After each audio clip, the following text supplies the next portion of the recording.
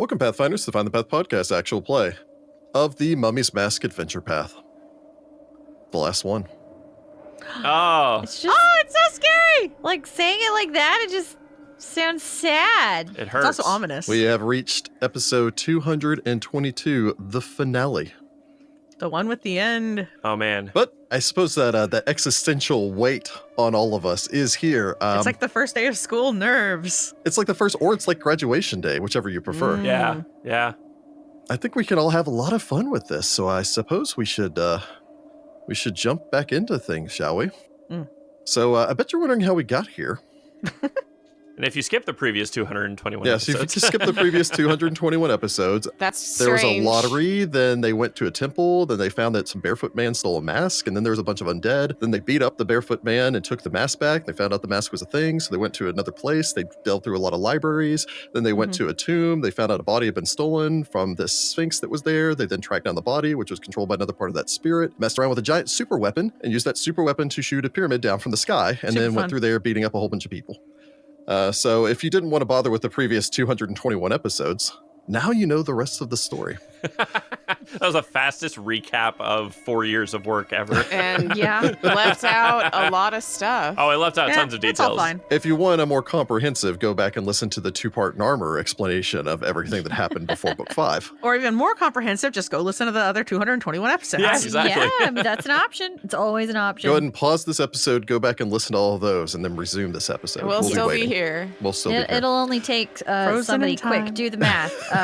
Many hours. Many, many hours. At least 250 hours. That's nothing. That like you can get through that in like a weekend. Sure, compared to the audio before editing. That's how Yeah. weekends work. So, yeah. Well, in seriousness, when last we had left our heroes, the party had made their way to finally reach the Sky Pharaoh's throne to confront the Sky Pharaoh Hakotep himself in an epic two-part battle, which was a long and grueling affair, with some of the party members reaching single-digit hit points and Yeah. Three. Yeah. getting beaten down over the course of a Three very total long, hit dramatic points. fight.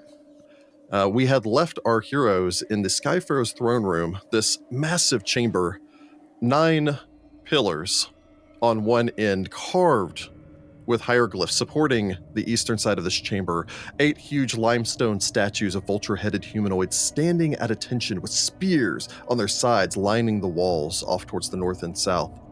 3 paintings of scarabs of increasing size gracing the polished floor.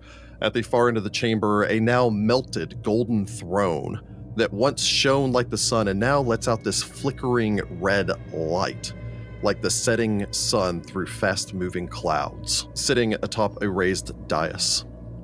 The party recovering. I believe everyone Wow. settles down to land since most of the party were engaged in a long aerial confrontation. Masika will just sit down like a cat as a huge dragon, swish the tail back and forth. The still mummified form of the Sky Pharaoh lays at the feet of one of the massive statues, his now vacant gaze staring up towards the sky above. 2 flies down, lands, shrinks down to a smaller size, heals up anyone who needs it. Suppose Sitra settles down. All of you take a moment to take a breather, knowing, of course, that you still need to find his actual burial place to restore him to his crypt to hopefully undo the curse on Sitra Yep. Well, and put him to rest permanently. and put him to rest permanently. All right. All right. So we got to find this sarcophagus. So it's either in here somewhere or in the room with all the curses on the wall, because that's the only places we haven't really searched thoroughly. So maybe we start in here and then we'll go back out if we have to.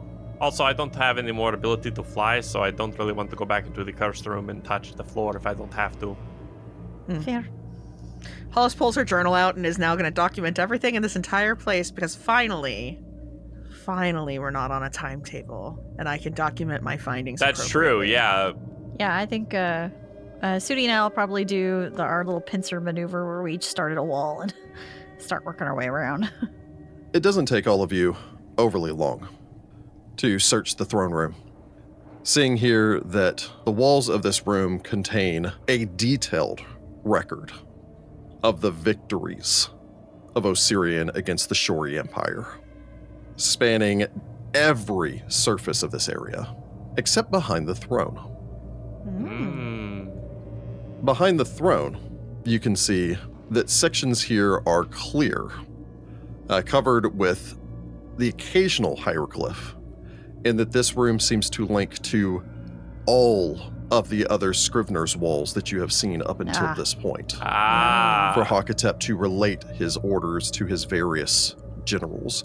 Currently, the divisions are labeled Istakim Habet, Sindikut, Keshenpek, Eshin Theba, Inhetef, En-Mek, and My Beloved.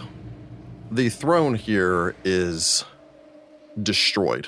Were it intact, it was a masterful work of art. You don't see anything in here that leads you to believe that there are any other secret passages. And after enough time passes, Hakotep's Wall of Force finally ends, allowing you to exit this place after about 2 hours, actually. Good gracious. Well, it's 10 minutes per caster level, so unless you want to disintegrate it. Nope. I have one.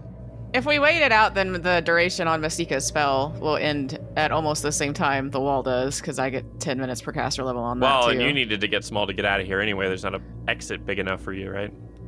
I could have tried to wiggle. So I'm going to take that as a no. I mostly just wanted to stay just in case something else hopped out at us or something, Ooh, 2 hours. I'm going to write down this whole story of the Shori. I'll use Scrivener's Chant, so something I can just, dictate. And it's a very cool cantrip. Yes. 2 hours of documentation. This sounds delightful.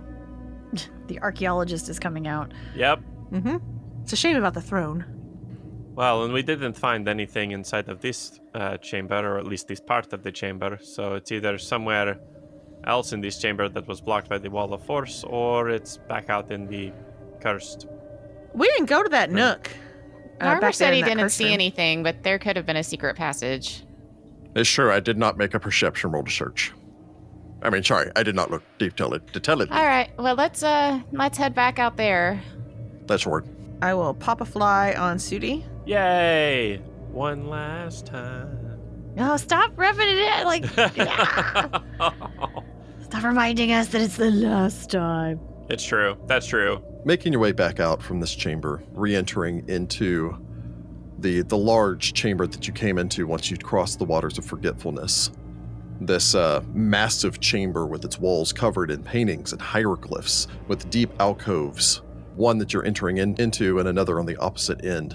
The block of black stone sitting in the far wall. Every single inch of the floor covered by painted hieroglyphs that you are aware are horrifically cursed.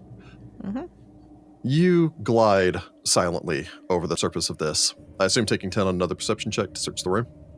That is a 37. I can add my magnifying glass, so that would give me a 38.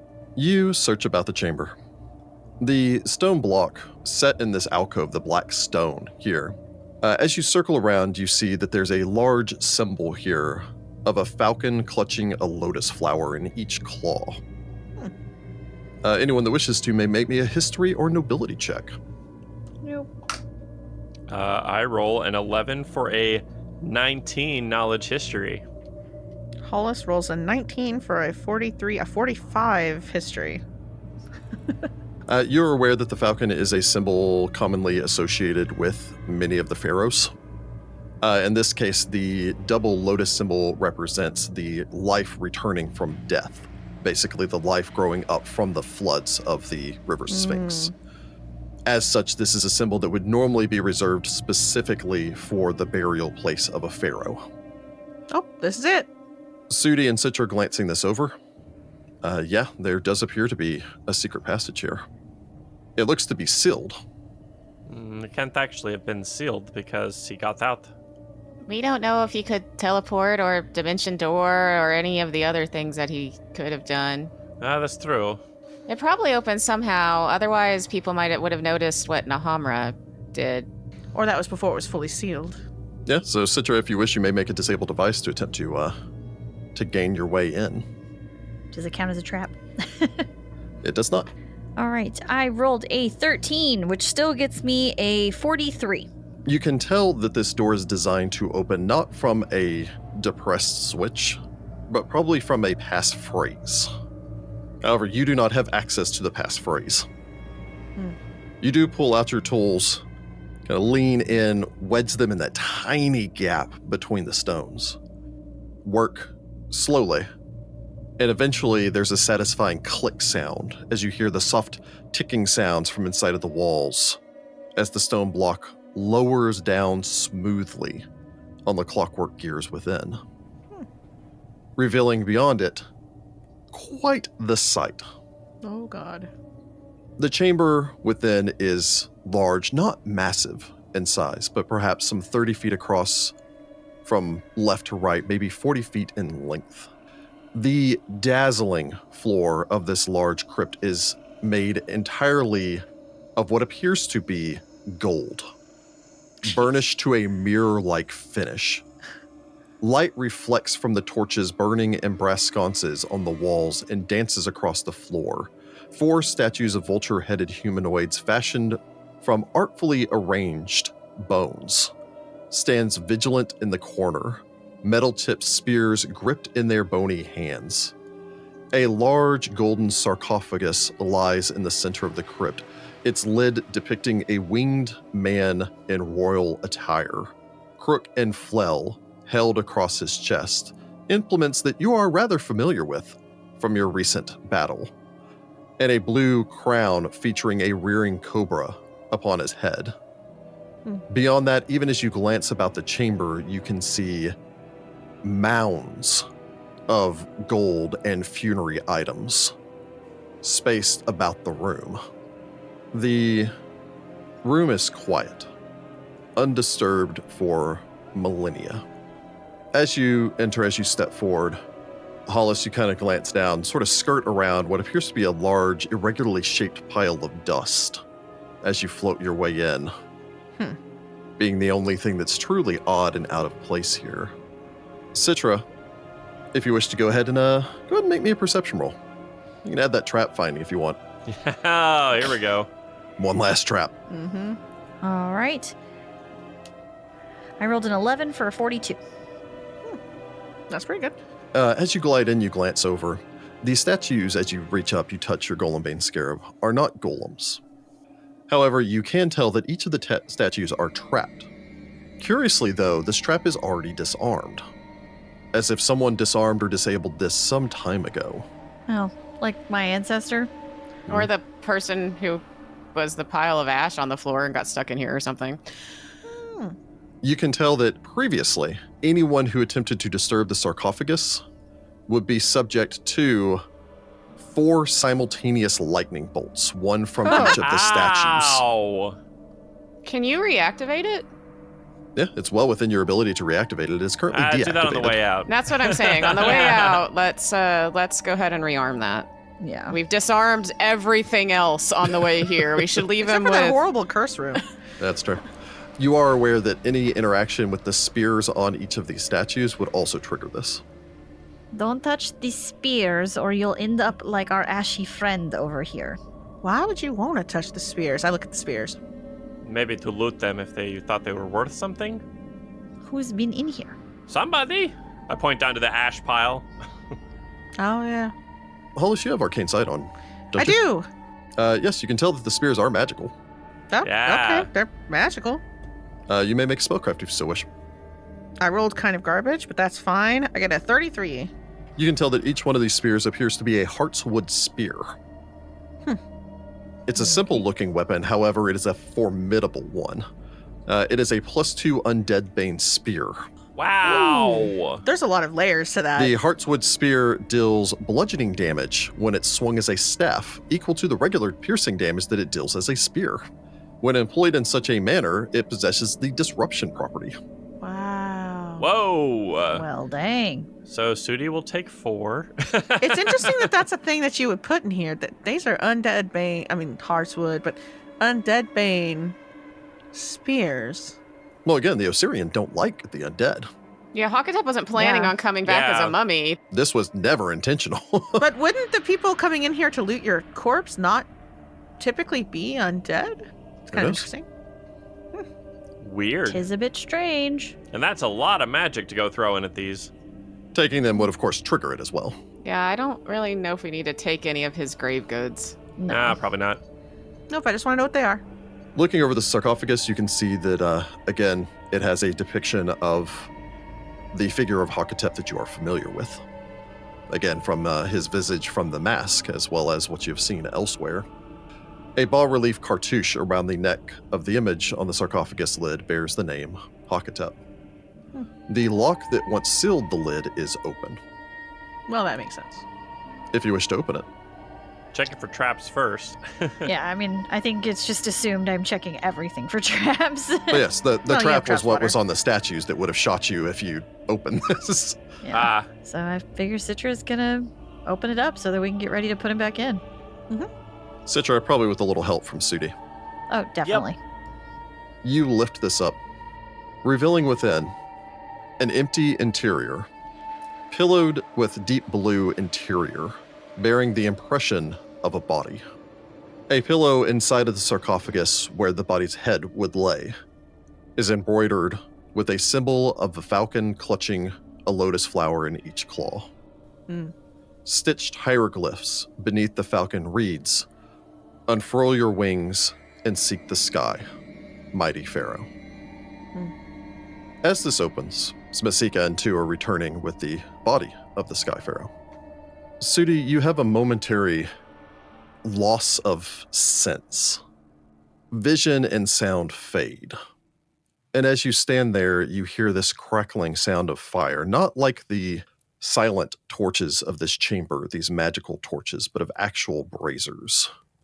And the smell of incense, but something underneath that, something discomforting. A smell you associate with your time in the Temple of Pharasma, the primary healing church of the city of Wati. That smell of a sick room. Your vision comes back, but everything is slightly hazy. Almost in a way that you remember from being a young child, almost like a fever dream. You see a large, spacious bed in a room that you've become familiar with by this point, as it had been in this same said room that a vision had once come to Onuris, and then another to you, of Hakotep's father on his deathbed. mm-hmm. Now you see the Sky Pharaoh there. Hakotep is covered up to his chest by the blankets covering this bed. But above that, you can see his arms, once strong and sinewy, now pallid and wasted. Black veins run up from where you know a wound is in his side from the blade of his brother, all the way up across his left shoulder, along the left side of his neck, and up across the side of his face, as the infection has spread substantially. The entirety of his form is pallid. Sweat beads his face. Towards the edge of your vision, again, everything is hazy. You see a ring of others, although again, you can't tell if it's the mask vision or if it was his actual state when he was here and the memories that causes all of these people to seem almost insubstantial. You pick out a few as being familiar to you. The slender form of Enmek, the stout, elderly figure of Nahamra. On the far end from the balcony, you can even see and hear the soft cooing of the massive storm bird, his mount and, you suppose, oldest friend. Next to the bedside is Hakotep's wife. Here she doesn't look as frightening as she once did. Instead, she seems to be consoling, lifting up his weakened head to pour water, pouring herself a glass of wine, sipping at it as she holds his hand. The Sky Pharaoh looks up towards her. "It will not be long now. My eternal war has ended." She nods. "But you have done great things." He looks around, again in comparison to when you had seen him here with his father. There's not the family. They're not the crying children. They're not the close friends. Only his wife and his servants. I will go soon. The preparations are complete. Anubis will guide me, and let them weigh my heart. You will not go alone, his wife says. His brow furrows for a moment before she tips back her wine and sits it down on the table. He eyes the goblet for a long moment. To eternity, then. She smiles, leans down and kisses him, and the vision fades, but sight and sound do not return. As you stand here, Sudi, you feel an almost rocking sensation through your body. For the rest of you, you see Sudi swaying in place, back and forth. As you open your eye again, Sudi, you look out, not on the sick chamber, but on something that steals your breath. You stand on a magnificent funerary barge, sailing down a placid river. Eternal golden fields of reeds stretching to the horizon in every direction, almost lost amongst the low-hanging fog. And without even needing to think about it, you know, as a Pharasman, that you stand on, at the very least, the Osirian interpretation of the dead roads. In the far distance, I can only imagine Sudi being the faithful man that he is, making the spiral of Pharasma as you see an infinitely tall spire on the far horizon. Hakotep opens his eyes on where he was laying on a couch atop this boat, sits up and stares into the distance, now no longer sick, but in the fullness of his life, bedecked in all of the regal refinery that you had seen him buried in. Surrounding here, you can see his Akumen. You can see the various figures that you have faced to get to this point, buried with him in his tomb and awaiting him on his journey to final judgment, traveling with their god king to his reward. As he turns back, you see him start as he looks into the face of his wife, now also in the fullness of youth and strength. The two embrace. He turns, almost lets out a shout, as he rushes forward towards another figure who seems to recoil before the man stops. Just a sec. The architect smiles and inclines his head. Here I am. Thanks for not doing the hugging thing. I don't particularly enjoy that, but yes. I was given not quite the equivalent of a day pass, because this will take a lot longer than that, but at the very least the leave to come and help direct you to the end. Hakotep smiles, his face breaking into a genuine smile. Before that falters, and you see a tear run down his face as he turns to the young man behind Chisisek. Talk about this. My son. He rushes forward and does embrace him. I'm sorry. You always make me proud. I know, Father. We're together now. Hakotep smiles and nods, turns back to extend a hand towards his wife. The sky cracks with lightning and thunder. You feel a horrible wrenching sensation in the boat under you as everyone looks about in panic.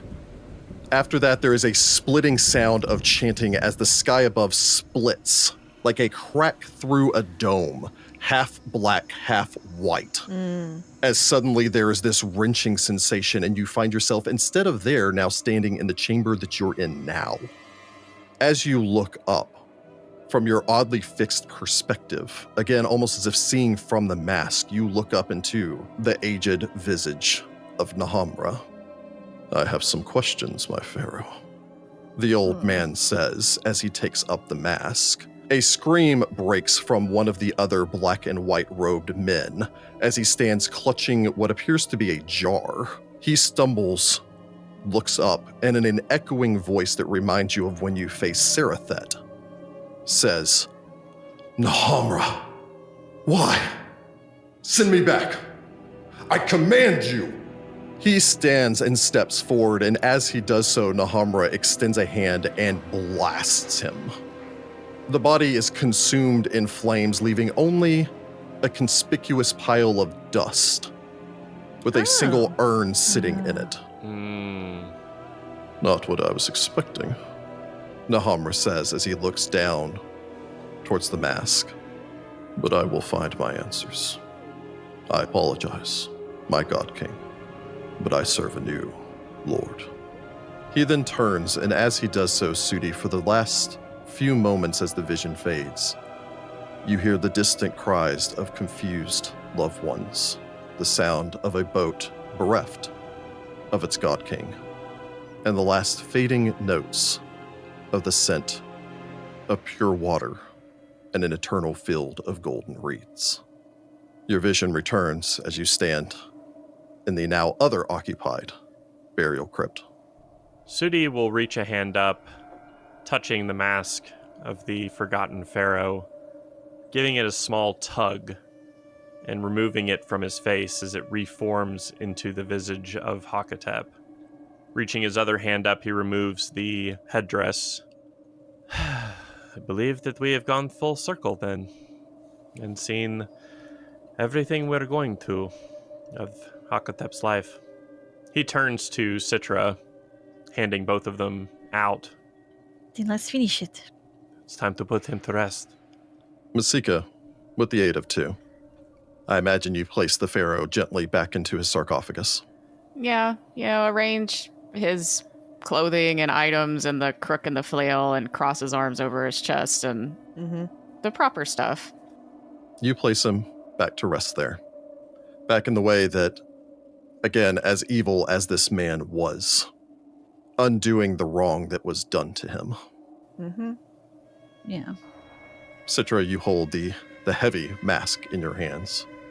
She gingerly places it back onto his face. The placid mask stares up towards you.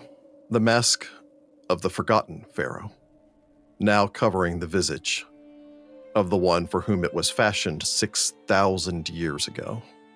As you do so, for a moment, all is silent in the crypt. Then light seems to flicker within the mask's sightless eyes, before slowly expanding to cover its entire golden surface.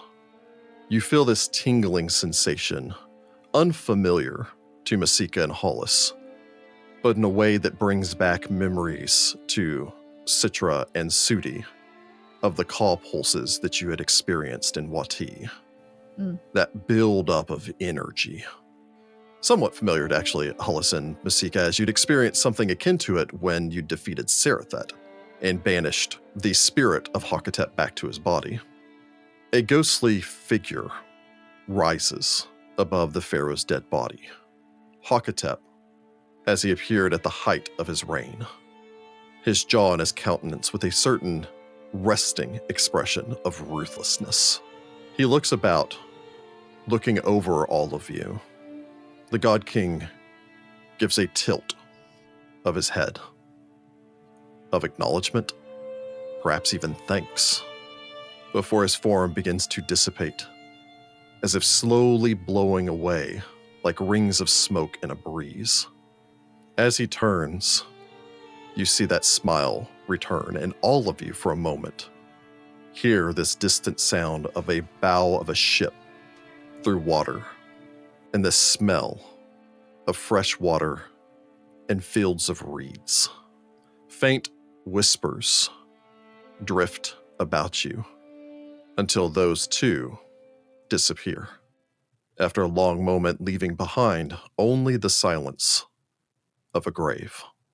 At long last, the soul of the Sky Pharaoh passes on into the afterlife and the judgment that awaits him there after 6,000 years of postponement. May the Lady of Graves judge you fairly. It's time for Anubis to weigh his heart. Sudi will reach into his bag, pulling out the fancy incense that I bought 3 books ago. Oh, wow. Pull out his flint of steel Oh, wow. and spark it off, lighting the incense. The smell of this incense fills the room. I imagine, Sudi, being a Pharasman, you take a moment to offer up the proper prayers. And then collectively you can close, and even without the key, with Citra's skill, relock the sarcophagus. Nice. Very nice. Activate the trap and Yeah, seal activate this the trap. door. Basically, we'll see ourselves out with all of us stepping outside and Citra rapidly re-enabling all of the traps.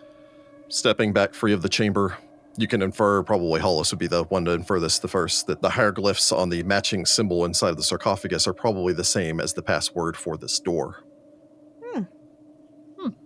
Perfect. Good to know. Turning back and speaking the words, "Unfurl your wings and seek the sky, mighty Pharaoh."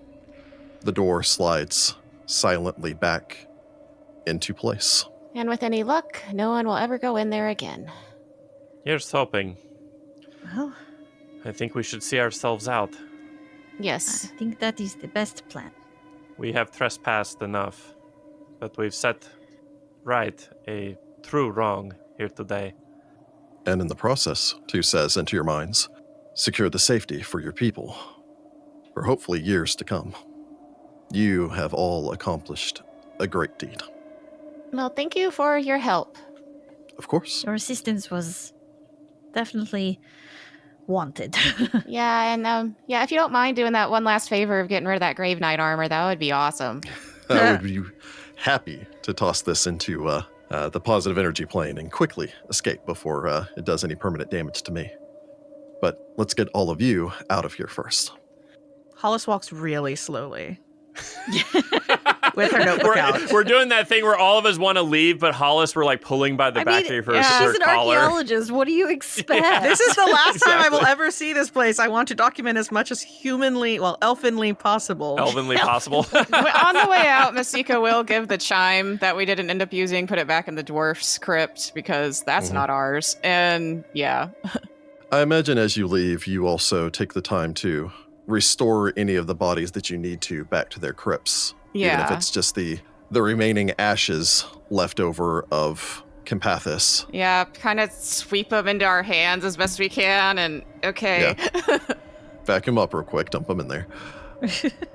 You take the portals back and return back to the central chamber, the hall of the aromatic infundibulum. A long moment after you enter, you pass by the one piece of machinery still fixing itself, smoking notably less than when you'd first entered, before this hazy blue figure materializes, the aged form of Sahila. The Shori Aromancer gives you a smile. Well, you took your time, but you did it right. I respect that. Sometimes it's about quality, not speed. Yes, I know. It's a classic Shori statement. You can have it cheap, fast, or good, but you can't have all three. I write down this proverbial wisdom. Well, I suppose then, thank you. Are you going to be able to find your rest now? Oh, yes, I've got whatever husbands I can find in the next life to go and catch up with. You have done what I have asked, and for that, I thank you. Well, Hakotep was a Well, jerk, but nobody deserves their soul split into 3 pieces. I'm just saying. For sure. And he'll receive the judgment that he deserves, but no one deserves to have been sundered the way he was. It wasn't his fault. So off with you, and off with me. She nods, that being her equivalent of a goodbye, All right. before she turns and walks. It's odd because the distance that she travels seems to be much further than the distance that you see her walk. As if somehow there's another horizon that she's approaching separate from the one that you see. And eventually the figure, in a way that almost hurts your mind to try to contemplate, stretches away into this other dimension and fades from sight. Ascending up the shaft, fighting your way up through the storm, as Tu would be happy to carry all of you up to the landing at the top of the shaft. You can make your way out of the Hall of Air, the final guardian hall of Hakotep, and step outside to see that the storm continues to rage above your heads. as you stand on the platform making its way back down to the sands below. As you've exited 2 turns, it would seem my work here is complete. He holds up a bag and shakes it with the armor inside. Thank you for answering the summons and sticking around and helping us. I have a feeling things would have been a lot rougher without you there. I did what I could to help, and I was happy to do so. I know that this will be a story most of you keep to don't share as much about, but know that I make my way to the heavens, and I will speak of each of you kindly. Oh, thanks. Oh, well, thank you. If you ever find yourself in the field of reeds or up atop the mountains, let me know. I'd be happy to give you a guide. Well, hopefully Great. not for some time. No. Some of you. Sudi just shrugs. I don't plan on dying anytime soon, so eh. Or ever, Normer says. Well then, blessings of my Lord Horus upon you. Beer and bread for each. Masika waves. Beer and bread actually sounds pretty good. Yeah, how's his tummy growls? And may today not be your day. And may tomorrow not be yours. He smiles, turns. There's a halo of fire that bursts from his wings as he steps through an open gate into a blinding light before it disappears, leaving all of you standing alone. You know, I don't think even if we told the stories that anyone would believe us. I mean, Definitely not. the wise women and Zosair will definitely believe me. That's like 3 people. I pat my notebook. They're gonna believe us. I mean, you see that dribble the Pathfinders, right? But, you know, we might have a point considering there should be grounded pyramids all over Osirian now. Those just didn't disappear. Oh, we should. Oh, how y'all feel about beer and bread? Because I do have a teleport and we're not in that pyramid anymore. Well, I want to make sure this thing takes off and I agree someone with doesn't that. randomly happen by and shenanigans start. So I'm going to at least wait until the pyramid is... Woo! Masika waves her hand up towards the air. A mansion it is then. And And I Citra think- still. Sitra is going to go and, you know, have a family thing. That's first. So we are not quite done yet here, so I think let's maybe take a walk. Sudi points down to the stairs to take us to the bottom of the pyramid. You descend the stairs. Head off, I imagine, in the direction outside of the slave trenches of Hakotep, the Kepsutanum, where the lightning storm continues to blast out and up. You make your way towards the cliffs that overlook the trenches. Ascend up until you reach the large Sphinx statue that stands before the Temple of Nethys. Ascending up and making your way into the temple, you find it oddly quiet. As you look about, you can see a scattering of dust and ash, sprinkled about here and there, not like the ash left over from a fire, but more like the ash that falls from an eruption, a thin coating.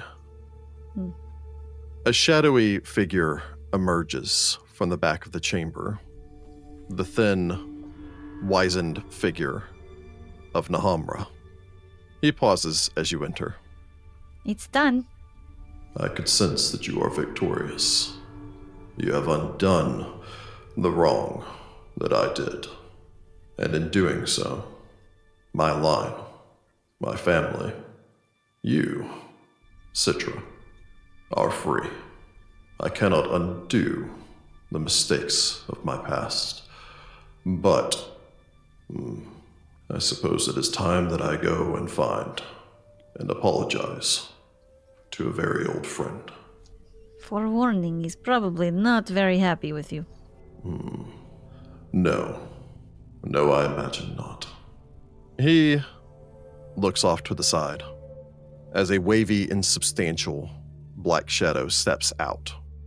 Again, in a way that probably always makes Citra's heart twist.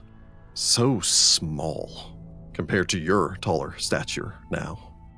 Nahamra gives one last nod to all of you and then without ceremony or pomp, collapses into a thin pile of dust. The young figure makes his way forward towards Sitra.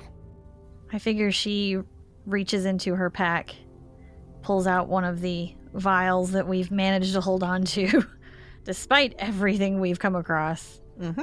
Despite my best efforts. Yeah, Yeah. definitely. Almost got Hollis twice. I my know, God. seriously. And holds it out to him. It's your choice. The world is different, but I would like to see you again. The figure seems to struggle to speak. You can't make out all of the words, but faintly amongst them, you hear your brother, Atsu, say, "Go home." Come with me. He steps forward. As he does so, his figure collapses, leaning down, applying the oil, as you so wish. The sight can only be described using the word miraculous. As the boy essentially is reformed from the dust and ash that composes him. His essential salts, if you will. As the entirety of his form reconstitutes. He sits there shivering for a long moment. You can only imagine the shock of that as he stumbles up to his feet, ungainly on legs that haven't seen use, technically speaking, ever, considering that this is an entirely new body. I figure Citra takes off her cloak and wraps it around him. He shudders, and for the first time in nearly a decade, the bright eyes of your brother now, for the first time ever, look up at you. The boy gives a faltering smile. You got the big. It's been a few years. He bear hugs you, squeezing as hard as he can. I promised you. You crazy girl, you did. Thank you. I told you when I put my mind to something, it will get done. I should have known you were too stubborn to let me die. For long. He shrugs awkwardly, gives kind of a wave to everyone else. I got your names earlier. I'm Atsu. Masika waves. It is a pleasure to meet you, Atsu, and welcome back to the land of the living. Mm-hmm. Thank you. Thank you all. Anyone have an extra pair of pants? I don't Is he think pants I naked? have would fit you. Yes, he comes back naked. Of course he does. Yeah, he doesn't have anything. I mean, he has assume that's cloak why on at he least. This is wrapped- he's not got a the cloak, children's yeah. show where when they get turned back, they I assume the cloak come was in both clothes. for warmth and modesty, but the dude like a Yeah. decent pair of pants. I mean, I do have a spare hot weather outfit. I have a golden bikini. Masika says, rifling through her bag. Hollis looks at Masika like, this is a child, Masika. Citra's I think I have something a little better than I mean, if that's the only thing you have, it's better than nothing. He's what? Almost an adult. He's 2 years old. I like that Masika says that. She looks behind her and Narmer's wearing the bikini. What? So do you just elbows Hollis? No, he's I don't know, 13, 14 maybe? I wasn't an adult till I was 100. This is a Oh, babe. you're an elf. That's a totally different scale Sweet of time. babe. Yes, I imagine Sudi has a spare set of pants since they're about the same We want height. to make a mansion? We could sleep here. Yeah, I imagine you summon up your mansion, cast a spell, make your way in there, make an extra room for Atsu. Yep. Give him a feast of which he hasn't eaten since he died, so that's His nice. stomach's completely empty. We have to rectify. It's a new stomach. So he's going to have to take it slow. That being said, he does eat like a starving child from the streets, so there is a lot This'll of feed Nine. Also, he eats like a teenager who's 14 years old and still has a growing body. 14 years old and oftentimes had to go home hungry, so Yep. I think Citra probably... technically I'm the older sister. Yeah, I think You're I'm the older Now one you're the now. older sister. Yeah, in that weird way that... I'm sure there's that awkward conversation where you're just I guess I'm the big sister now. Clean your room. I imagine for Citra, there's probably the couple of moments of trying to catch him up on things. Again, he understood a lot of what you said, were able to say. He just couldn't respond to you when you spoke to him in his shade form previously. Probably that sort of thing of like, you don't need to do that anymore when you notice he's like secretly squirreling away rolls and stuff in his pocket for later. We're rich as bud. Yeah, no Least joke. These gold is. coins, you can just You toss see this down one these ring, ridiculous... this one magic ring is worth more money than we have ever made. Yeah, pretty much. You all rest for the evening. Wake up the next day, Atsu accompanying you. Again, like, he and Narmer are having a great time since, Narmer's basically a perpetual child also, so Yep. just exchanging the crudest jokes that he never could share with his little sister because they're too Oh no. too offensive. Oh no. Wait till he finds out she's got a boyfriend. Right. And he's like, hey, that's my Judge little him. sister. And Falto's like, okay. What? I mean, technically true. You exit out of your magical mansion and step outside. I imagine all of you wait as you can tell that the storm is steadily dissipating until eventually the storm falters. The electricity fails and there's a strange sound, like a metallic screeching sound, but lower. Not for any of your characters, but for your own edification, like that low moaning sound that an iceberg makes as it's beginning to break. That echoing low, almost a well-like noise comes from the direction of the Kepsutanum. And as you look into the distance, you can see the Kepsutanum finally falter. The electricity fells. The storm, almost as quickly as it was magically summoned, begins to spiral out, dissipating. As you look in the far distance, at the pyramid of the Sky Pharaoh, a beam of light shines up from the peak of the pyramid. There is a very distant cloud of sand that seems to roll out from around its base. And as you watch, the pyramid of the Sky Pharaoh slowly rises up into the sky. Finally, as in fact the final resting place for the forgotten pharaoh Hakotep. Spread your wings. I'm sure he and Anubis have a great conversation coming. Hopefully he will show him mercy. It wasn't his fault that he got pulled back. He's going to get judged harshly because he was kind of a mean guy, but Yeah, that's what I was going for, is, all of the things before he died. The aftermath cannot be blamed, but the before, yes. I hope Nahamra gets for what came after, to be 100% perfectly honest. I know he's your ancestor, but good lord, Sitra. I mean, that's No, quite I'm an offense. 100% agreeing with you on that one. I think everybody in that whole circle is going to be having a bad day. Yeah, that guy was kind of a jerk, Atsu says. But kind of in a fun way, except for the bad stuff he did, but the fun way of... Anyway. All right. So what's next? Well, I'm gotta go back to my people. I'm gonna take this other True Resurrection solve and bring back my dad on the way home. That'll surprise my mom. But yeah, I have my people to get back to. Gotta, get back to the apprentice inn and... Yeah. But first we should probably make sure Falto's not dead.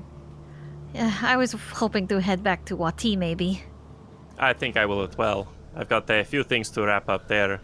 And then try to figure out what I'm going to do with eternity to live. Okay, well, that sounds like an existential crisis, but I can drop everybody off.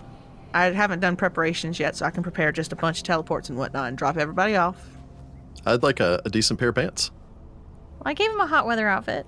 Well, no, and these It's are girls. great, but like you're hippier, and I'm a scrawny street kid, so We'll buy him some clothes in Wati, because I at the didn't... very least a decent belt. This rope is working. Fortunately, your catfolk friend had a whole bunch of rope, so It was always useful as an adventurer to carry some rope. call back to episode 1. Yeah, it's like taking the treasure. Here, have this belt of dexterity, and here's some +4 armor, and Ooh. This is gonna make being a rogue way easier. Yeah, I mean, if we want to go to Wati, I can set out from there. I know where my father is buried, and then my people travel, so it's not like, you can just take me to the one spot. So it'd be easier for me just to take the boat. All right, fair enough. To Wati, then. To Wati? Hollis, you, Chant, and Tone extend a hand. There is a flash, and our heroes, our doorkeepers, disappear from beneath the gaze of the massive sphinx seemingly still staring off in the direction of the pyramid rising up into the sky. Time passes. Months pass. As our doorkeepers return back to civilization, return back from their exploits here, scatter to the winds to go and take care of their various goals. We'll pick back up about 3 months later, not in the city of Wati. Instead, we see in a hidden, secluded valley at the base of a massive mountain, known throughout all of Osirian as the Pillars of the Sun.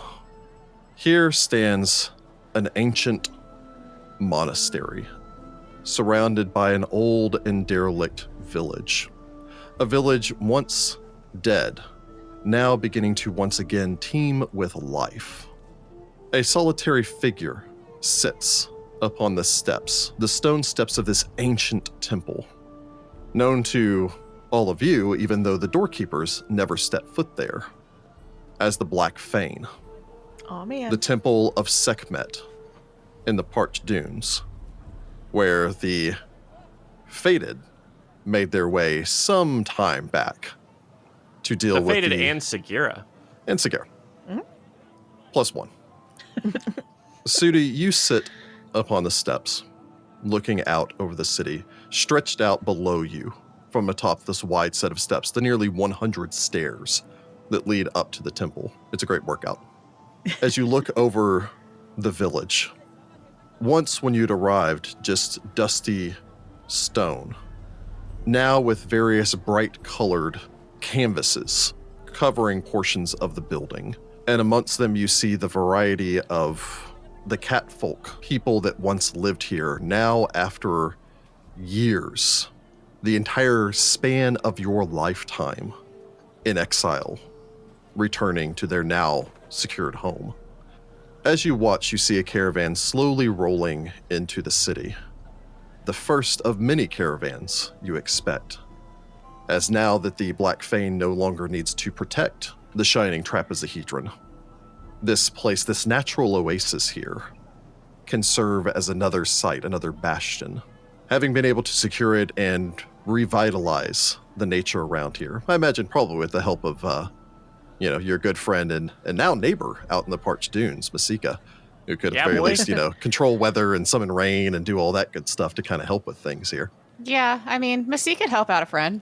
Yeah. You see as the caravan rolls up, the catfolk having returned back to their ancestral home. 6 figures begin to approach up the stairs. The 5 in the back keeping a respectful pace with the one in the front.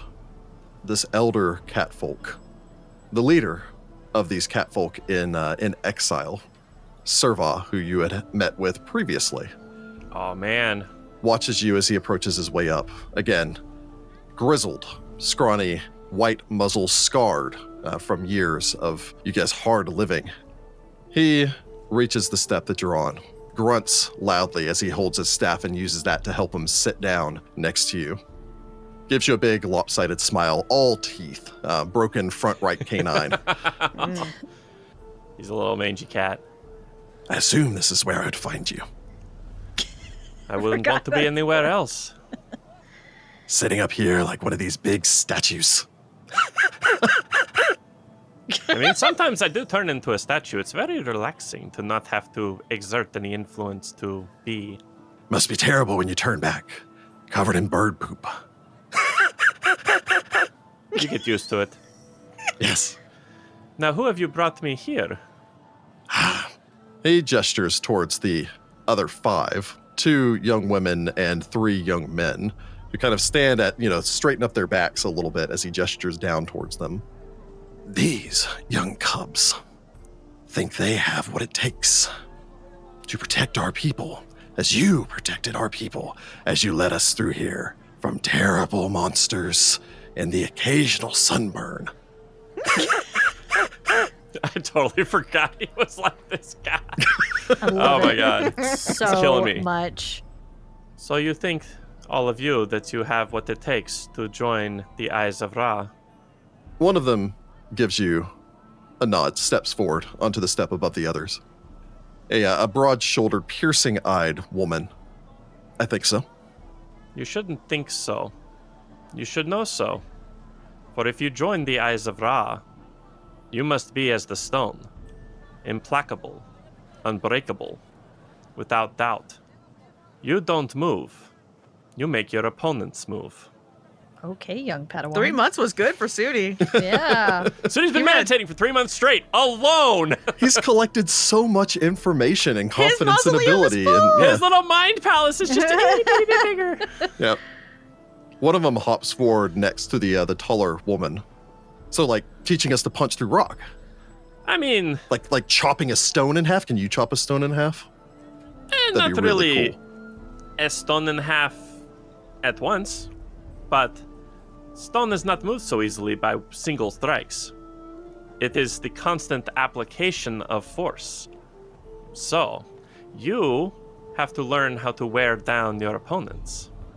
The powers that I can give you and the training can only get you so far if you lack the will to apply it. Or you just find their kidney. Citra pops up. Citra's not here. Shut up, Sitra! What's happened with magic? I'm having a moment here, Sitra, please. The younger, the smaller of the two young women steps forward. Well, obviously we don't know exactly what all we can do, which is why we've come here to try to learn. And you're supposed to be the last Eye of Ra, which, no offense. Only having one eye can be quite a detriment if someone takes it. Sudi points at the eye and gives a little, yeah, I know. Literal, right? So it's more, we want to protect our people, and that means training and learning. So if you know how to instruct us, to teach us, then we're ready to learn. All right. It's not going to be easy. Probably going to hurt a fair bit. Probably a lot. If your will is strong, it'll all be worth it.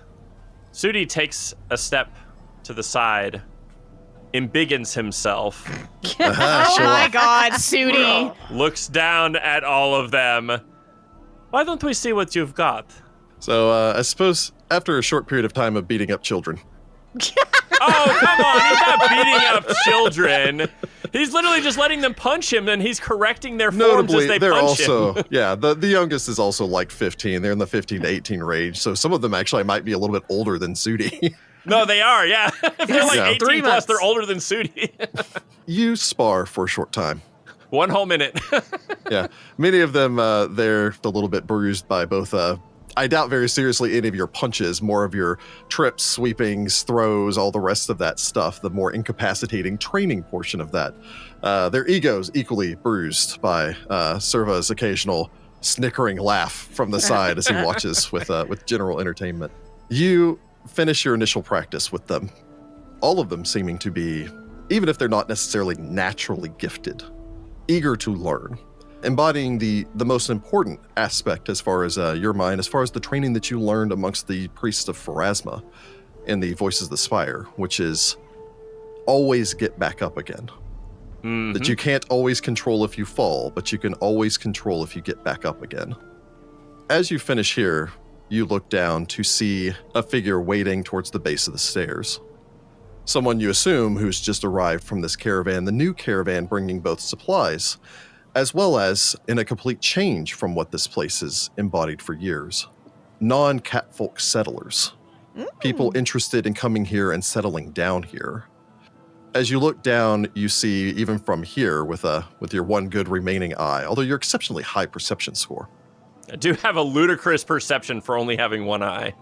the thin figure of Idris, who has made the long journey from Wati all the way out here.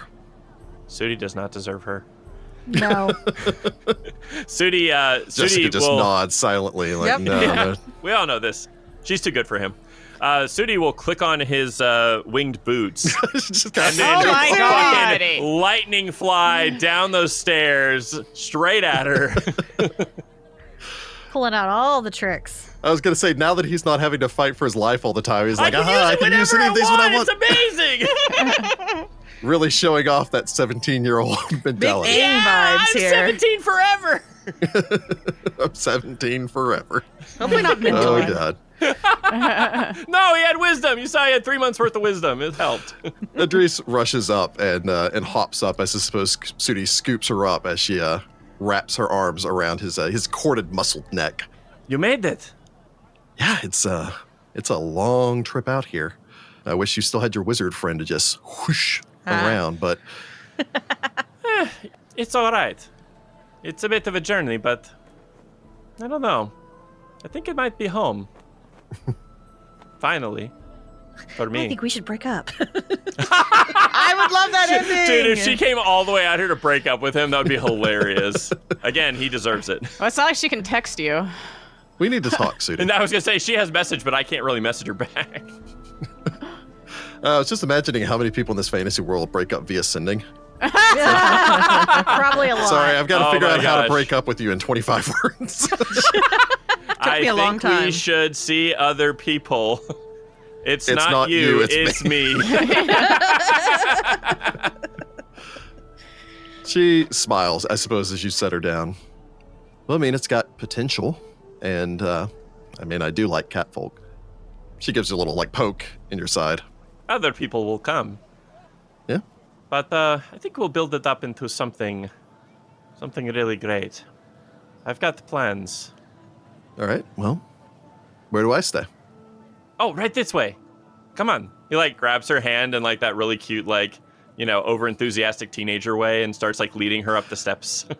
Leading her up the steps. I was surprised you weren't just I scoop her up in my arms and then use my 50-foot movement speed to It's run through the city Superman streets. fly. I guess he could. I mean, why not? Dun, dun, dun, dun, dun, super Sudi. Yes. You make your way through the city streets before eventually arriving at a simple stone building. Not ostentatious, not necessarily impressive, but homey. 2-story structure with a wide set of steps on one side that leads to the second floor and a well-crafted wooden door. This? Yeah, this is home. Real estate values are very low here and very reasonable. So I splurged a little bit and bought the What? house. I spent exactly 0 gold on it. It's amazing. It's the best deal of my life. So this is just ours? You don't have to sleep on a couch or anything? No, there's enough space here for everyone. There's tons of unoccupied buildings still here, and they're building more, I'm sure, eventually. So it's good to get in at the beginning of our little town. She smiles, leans over, kisses you on the nose. Cats don't really have lips. I think it'd be No, we awkward really otherwise. don't. Really don't. Yep. Lots of It's nose kinda weird. rubs. Eskimo kisses. I suppose you give her the grand tour. Oh, yeah. I mean, it's probably a little light on furniture at the moment. You just walk in, there's just a single couch. It's despite the fact that I don't have to live on a couch, it's actually all I have. I have a futon and It's literally, it's the couch and Sudi's bedroll in classic, man who lives alone. Did you at least get her a present? yeah.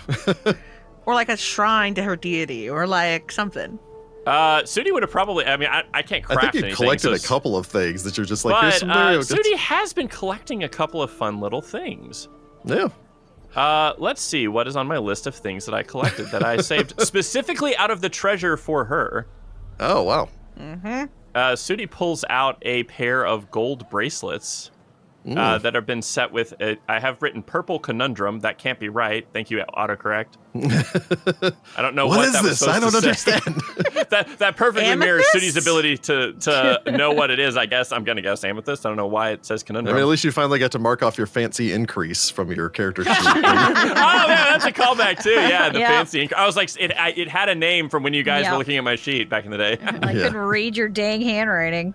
And, Sudi will produce these, probably, Oh, nice. out of his bag. Yes, she is very happy. Has brought her own supplies and everything else, so sets up a little Bastet statue up by the front door, just so you have a little shrine there.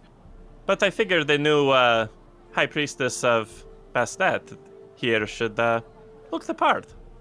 No, I wouldn't necessarily say well, I guess if I'm the only priestess, I'm the high priestess. Exactly. I guess that's It's a how promotion. that works. She also brought 2 of her cats. Yes! Yes. Nice. Gotta have cats. One of which is expecting, so there will soon be the pitter-patter of tiny kitty kitty feet. There will soon be Yep. 1,500 cats out here. We have to fight off all of the, check my notes here, the scorpions that they have out here in this desert. Scorpions everywhere. Of course, she's been on the road for this entire time, so I imagine eventually you get her settled in as she decides to rest up. As you give her the grand tour of the first house that the first actual home I think that Sudi has had since his adoptive father died. Yeah. Sudi has never owned anything, really. Yeah, crashing with someone who technically didn't even own that then. I was going to say, no, Sudi was staying at, if he wasn't staying at the Temple of Bastet, he was staying in the Grand Mausoleum. So yeah, Sudi's never Had a even home. rented a place. Yeah. I imagine as she rests up, you step back outside. Looking up across the distance, you can see where the fresh-faced young new recruits, after you left, are like practicing throwing one another with one of the step, grab, arm, turn, pivot, with the pivot with your waist to throw people. Yeah, Sudi that you definitely showed. couching them. If you haven't actually done that, you can actually dislocate somebody's shoulder doing that. So how to do that properly without dislocating somebody's shoulder. She's like, oh God, wait. I definitely Or took how a to do class that on- with dislocating someone's shoulder. Or if you yeah, really and want then it's to. like if you actually want to hurt them, you just hold the arm out like that, and boom. Yeah. As you watch, contemplating probably your new existence as a mentor, as the old cat on the mountain, up here training the new Eyes of Ra. Yeah, I'm gonna have to find some fancy title for me as like leader of the Eyes of Ra. I guess I don't know. The first Eye of Ra. Actually, I first think I it's probably the fits really only good. else gives you the title. If you're That's the true. only Eye of Ra, you become the leader of the Eyes of Ra. Sir. It's a seniority game, and I'm here the longest until I die. Which is never. I'll always be first eye. As you look up the distance, a shadow passes. After a second, you hear a soft thump.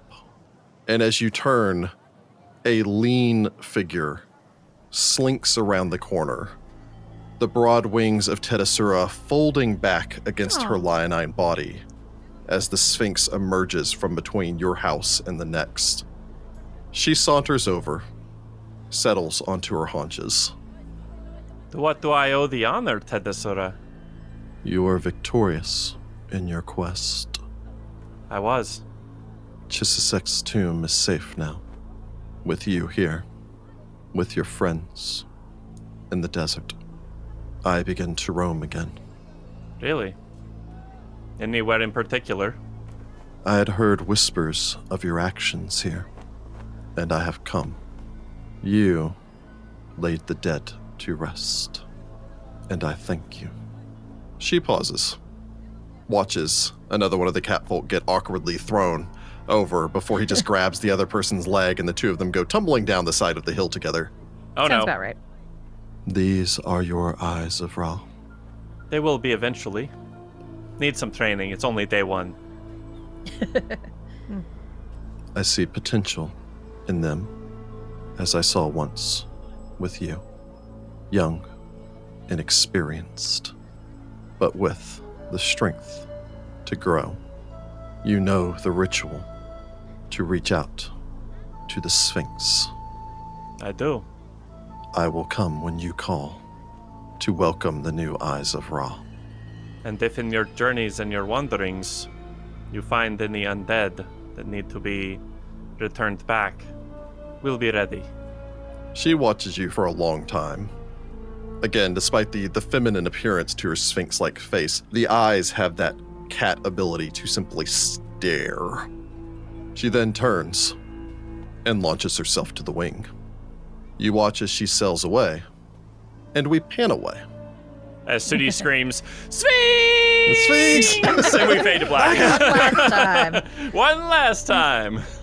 Elsewhere, almost a full 2 months later, in the distant city of Sothis, stands the Grand Temple of Nethys. Within its grand halls painted in black and white down its long corridors. Deep within it you see a large library. The Grand Library of Magic. Not nearly as impressive as the collective libraries of the city of Tefu. This one, however, is very specifically geared only to the pursuit of arcane and divine mastery of all forms of magic. The room is huge in size. Probably the better part of some 200 feet in overall length. 3 stories high, with banistered balconies overlooking the lower floors. Every available space on the walls is filled with nooks and crannies, cubbies stacked with scrolls and books and treaties.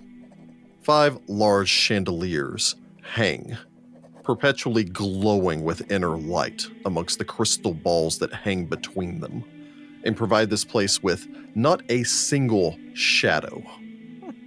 The library divided clearly down the center into half white, the divine portion, and half black, the arcane portion. Sitting on the black side of the room, You know it. is a single figure. Others walk back and forth, back and around. But she sits at a large table, books and maps sprawled out all around the table. A cowboy hat hanging from the top of the chair as she pores over a large book, nearly to the end of a large book. Not pores over in the reading so much, as judging by the numerous empty ink vials surrounding her, the writing portion, and like the 4 broken quills as they eventually just rub down to stubs and she tosses them away. Sitting wedged between 3 stacks of books is a large red and black egg, atop of which sits a silky chicken. Wow. Goodness. Hollis, months have passed since the Pyramid of the Sky Pharaoh. Some almost 5 months by this point. 3 months now have passed since your trip to the shory city of Ko, which was an adventure in and of itself and beyond the scope of the adventure, as presented here. A few months more have passed since your most recent exploits. Some of which you're jotting down, but mostly this book that you're poring over is your collective knowledge of everything that you ascertained during your time with the Doorkeepers, with notable exceptions and some vagaries here and there depending upon details for stuff that either you are encouraged not to share due to your conversations, of course, during your time in Tefu, Or literally not or allowed actively to. discouraged not to share considering the final confrontation, or at the very least discussion that you had in the Sightless Sphinx. Yep.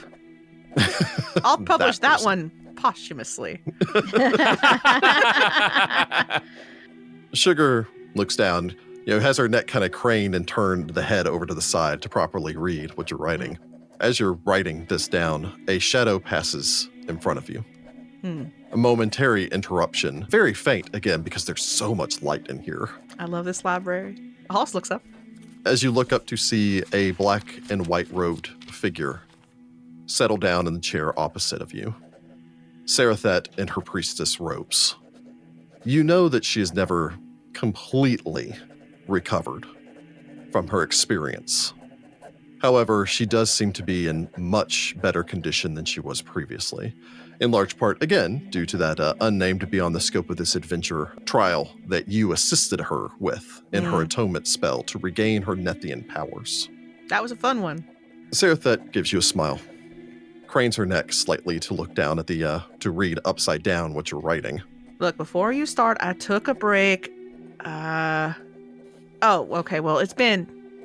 Okay, never mind. I haven't taken a break in a long time. But I will when I'm done. This is your fault, Sarathet, says the It is cluck not her cluck from the fault. chicken nearby. She should have never gotten you that ring of sustenance as a thank you for that atonement. That was the best thing. Now I'd barely have to sleep Never eat. and never eat. I haven't had to take a bathroom break in 5 months. Gracious. Get a lot of writing done. That's fine. She can't understand me. Sarathet shakes her head. I was just going to ask you how it's going. Oh, well, the endings are always the hardest part. I think I have everything up until then, but it's hard to decide when to end. I mean, I know mostly this is a magical treatise, but there's a story, a narrative through line that needs a wrap up. That's always the question, isn't it? Beginning a story is very difficult. Ending a story, well, that has expectations. Mm-hmm. Sometimes it helps to work into some sort of meta-narrative, if you will, about the idea of endings and easily into your story so that it seems to mesh unobtrusively even about the very nature of endings. That's definitely not something that we did at all. Certainly. That is Definitely not nothing a we bad followed. idea. Or something dramatic could happen and I could get interrupted before ending it, never come back to finish, and it could serve as a mystery that launches someone else's adventure. As long as it's not one of those contrite things like a sudden marriage or something like that. Oh, yeah, no, certainly not. Unless Yeah. I could marry my work or magic. I don't think you can marry magic. I think that isn't that by definition being a priest of Nethys? You're literally marrying magic. I'm married to Nethys, I'm sorry. But not the guy, because that's weird. Nethian nuns, that's an interesting concept. Yeah, just being like a Nethian nun or a monk. Yeah. Well, I'm sorry to interrupt, but Sure. you do have a visitor. What? She Who? shrugs, gestures. Standing awkwardly by the doorway, you can see a young priest of Nethys waiting. As you glance over, he very awkwardly just raises a hand and kind of waves a little bit. All right. Hollis will stand. For a second, she looks a little disappointed because she hoped it was one of her friends, but it's not. So she picks up her hat Aw. and puts her hat on her head and kind of does the reverse Riker off of this seat. Reverse Riker. The reverse I love it. Riker. Yep. Considering I was picturing it as a high back chair, I think only an elf could pull off a reverse Riker. Right? As you stand up, your unnaturally long legs swing over the top of the chair. I saw it as Take kind your of a hat, bench, flop it but on it's all top of your good. head. It makes a lot more sense as a chair. I was really hoping, it was going to be Masika. She could turn into a dragon. She could come visit me. That would have been cool. Or Sitra, she could have learned teleport by now. What? That's only That's like definitely fifth not level Sudi spell, because sixth Sudi level? I is don't know. walking. Masika has a sand boat. She can sail wherever That's the she wants. She can take That's a whole true. cadre of people with her. I look at Sugar, That's fair. guard this with your life, because I don't want to have to ride it again. It was a lot. I'll point out that I'm a familiar, so my job is to guard it with somebody else's life. Guard it with Sarathet's life. All right. All right. I'll perfect. cluck loudly if something happens. Good. Wait for the stupid rock to finally hatch. She wiggles her butt to get back into place. It's warm though. And then I guess I'll head toward the kid. The young priest gives a smile and nod. Yeah, just this way. All right. Please follow me. You're Hollis, right? That's me. Who are you? Miss Starkweather. I apologize. Hollis is Um, fine. A hin. I'm just a young priest. I started a few months ago, and I heard that that you're very good. Thanks. How'd you get started? I was sitting in my room one day, and a paper airplane came Sure. sailing in through the open window, and I opened it, and Amazing. there was some writing on it, and here I am. Oh, I like that. So- That is interesting. He leads the way. There are 3 people to see you here from the church. They Oh, from the church. Um, Hollis was happy and then sad. This is a roller coaster for Oh, Hollis. emotional Oh, roller coaster. they look kind of scary, but Which church? our church. Oh, okay. We all kind of look scary sometimes. It's maybe not a great vibe. I don't know. It's all of y'all bristling with Need a magical new PR power. campaign. You're led down a long corridor, a second corridor, a third, back up towards the front of the temple, before he takes you down a side passage that either you've never gone down before, you've never noticed before, or it's the Temple of Nethys. It may have never been here before. As you follow Interesting. this side passage, eventually he stops in front of a room, gives you a nod, as I suppose you kind of dust yourself off. Mind you, this is the least dusty you've probably been in months now. I'm since, covered in ink, though. Yeah, you're covered in quick prestidigitation before you open the door. Yeah, get the ink off my Can hands. clean All right. myself up real quick. Hold up. The boy opens the door, and you step into a circular chamber. The walls are covered in beautiful murals of the great works of Nethys. 3 along the right, 3 along the left. In traditional Nethian fashion, showing him raining destruction and building cities. Delightful. 3 figures occupy the room around a central circular table. sitting atop which is a box. Some maybe 2 Ominous. foot by 2 foot and about a foot high. All three of the figures turn as you enter. One is tall, one is short. The third, the one in the center, is neither short or tall. All of them wear robes of black Feel a and riddle white. coming. Yes. Oh, I love it. I'm ready.